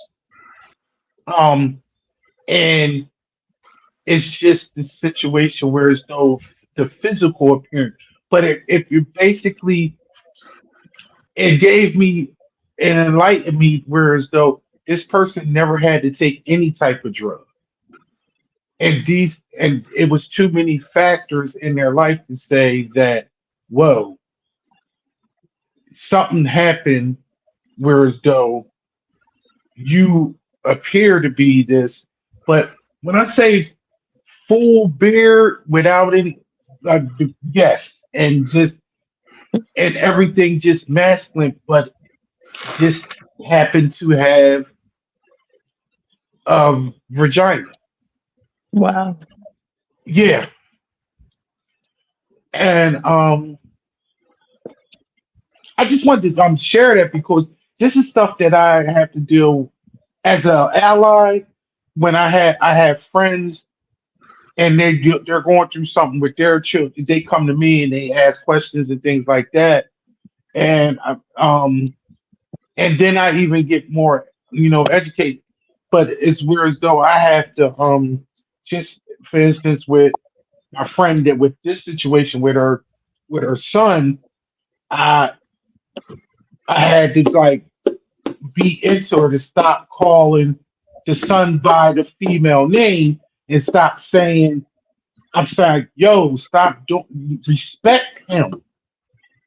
You can't get, and she's like, it's hard. And I said, I understand it's hard, but you have to respect him and who he is and what he wants to be called because you're his mother.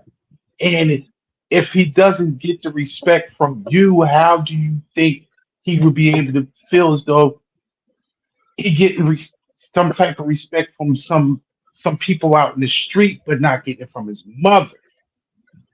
It's going to be very detrimental. And if you want to have to still have the relationship, you have to respect and work on it. Um, that's all I had to add about that. But I mean, I appreciate you. I respect everybody's opinion, and it's just it's crazy that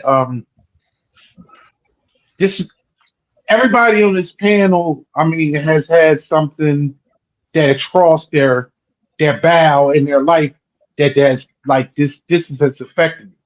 It's and it's very intriguing. I'm trying to want to wrap this up because we're coming to the end. I want But to thank you, Dion. Though I want to what's personally that? thank you as an ally. Thank You're you. definitely a super ally for educating your friends as they come to you and knowing the Mhm. right things to say. Because a lot of this, it would probably take us, as Peach has said, many many years to go through this whole country and get people on the right path. But I want to say thank you for sharing great information because that's what allies. There's a lot of people say they're allies, but they're not. And I'll be telling them go talk to Dion because he is definitely a super ally. And I just want to say thank you. I appreciate Yeah. that. Thank And that thank you. Well, you no thank. You know what? I'm being. I agree with Smack. I thank you too. It was awesome. I agree with Smack. It was awesome Yeah. having you. It's nice to see a perspective outside of our own, and yeah, and I think the questions that I don't know about everybody else, but the questions that you asked every last one of them were things that I actually had to sit down and think about. It wasn't nothing where the answer popped up right away. So just thank you for adding the outside perspective that we always needed. Um, that's funny you say that, because I was just about to ask what were everybody thoughts on these ally based questions, because they're not all mine. Because I had some concept of knowing certain these things, but I think this show and the shows that we do on IME, we're educational based, and you just, if people can watch this and actually say, and get something out of it. And y'all might not believe it, but y'all are actually professors, like teachers. Y'all have the education of this reality, in this life, that other people actually need to actually feed off of, and actually capture and get. But well, how do y'all feel? How do y'all feel about these questions that I gave y'all tonight? I felt the questions were Amazing. amazing. They Hmm. were thought provoking. I actually did not, because I've been so busy. I didn't actually get to see them until I came in from my event. But the questions were good. They are questions Yep. that I know allies probably want to ask, but don't ask us. You feel what I'm saying? Hmm. And I really, the one on gender affirming care, just I'm gonna keep it real, really warm my heart, because it's something that I advocate for. And there are a lot of people advocating for it as well. A lot of things have been done to get gender affirming care, of course, the pressure on the governor. So I really appreciate you asking that one. And for Delaware to be a sanctuary state is amazing. So thank you, Dion. Great question. Yes. Good show. Okay, thank you. Did Your phone anybody? about I, to I die. was told. I was told that you guys usually end words though. Y'all get that crosstalk and ask but I think we've been doing a lot of asking everybody else questions and Right. cross talking. But did so we don't have any more of that going on. Right. Anything else to Phone address about with to die. anybody else? Yeah, Kalani had to go to work. Oh, Oh, okay, and my phone about to die, but I'm hanging in. okay. No, I got Oh two. well, I'm I think we charging had it. a. It's all good because we've been going for almost 3 hours. So I think that's just a Right. stimulating conversation. Yeah. Yeah. And It was. It always yeah, is. I noticed. I didn't jumped in many at night and looked some of the. Sometimes I'm usually in bed by now because I get up at 4:30 to go to work. But sometimes I Ooh. flip over and I still see that y'all going at 11:15, 11:30. I see a notification, and now I see why. Right. Because it Right. goes so fast when you don't even know. But Right. And then some I want to nights, thank y'all for after we, actually having me. It's been enlightening, and I hopefully that when people actually see this, they see the passion that and just how y'all really actually care about your community, that have Yes. opinions on so many different things. And I just want to thank y'all for having me as a guest host, and I appreciate y'all. And y'all guys are very, very entertaining every week. And hopefully, I'll be seeing y'all soon at uh, Okay. different events and stuff that we're gonna be doing in the you future. will. I You will. appreciate y'all. All right. All right, Yeah. All right. thank you. I'm wondering, Dion, before you get off of here, is there anything that you made for was there anything that you could take back to your neighbor, your allyship neighborhood that you may Well, not have known actually, before? to be honest, there's a couple things that I wrote down that I'm actually going to use on my show, in the coming future, which the good neighbor, with his allyship. but a lot of the perspectives that y'all say, um, I am going to use. But one of the biggest things that um, I'm gonna be honest, I um, when Tim and Stan have made an imprint on me about a couple different subjects. I was always on the belief system that people are innate and they are born gay. They are born who they are, and this, that, no.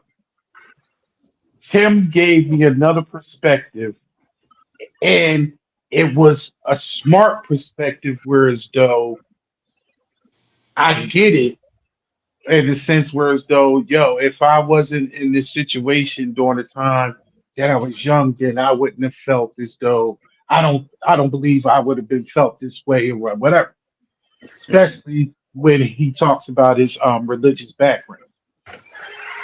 Stan I appreciate Stan's bluntness and this description of I had no ideas about a trans chaser or these terminologies, those type of things, and and I ultimately, for me, I respect everybody and respect situation where everybody what they love and who they love. Mhm.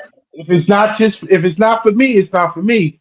But I get the whole thing about who you like and what you love. Right. So Right. I'm going to take this back when I have conversations about different things about what the beliefs that they have this panel. And also the biggest thing, which I already believed anyway, everybody's an individual. Everybody has a different thought pattern. Y'all Right. don't agree on these subjects because guess what? Nobody ever agrees on anything totally. No. Everybody has their own opinion. So what makes y'all different than straight people? Yeah. Even when it comes to your Nothing. own community, y'all got Mhm. different opinions, which We is are fun. humans. Right. Exactly. And that's what people. You are not a other. People are not a other. We are Right. just all different individuals. But at the end of the day, we all make up this stupid ass little small blue marble. Right. And, and it ain't so I'm gonna take that. I take all that and I really enjoyed my time with y'all and I appreciate Thank y'all. you. Thank All Same. you. right. And luckily Likewise. next week you get Peach back and then y'all can deal with her.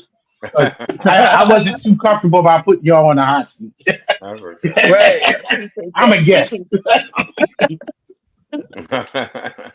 Thanks a lot, guys. I All hope right. All right. have a great night and Night, enjoy the All right. everybody. rest of Good the night, week. everybody. Good night, All right. because I Good got to night. get up in 5 hours.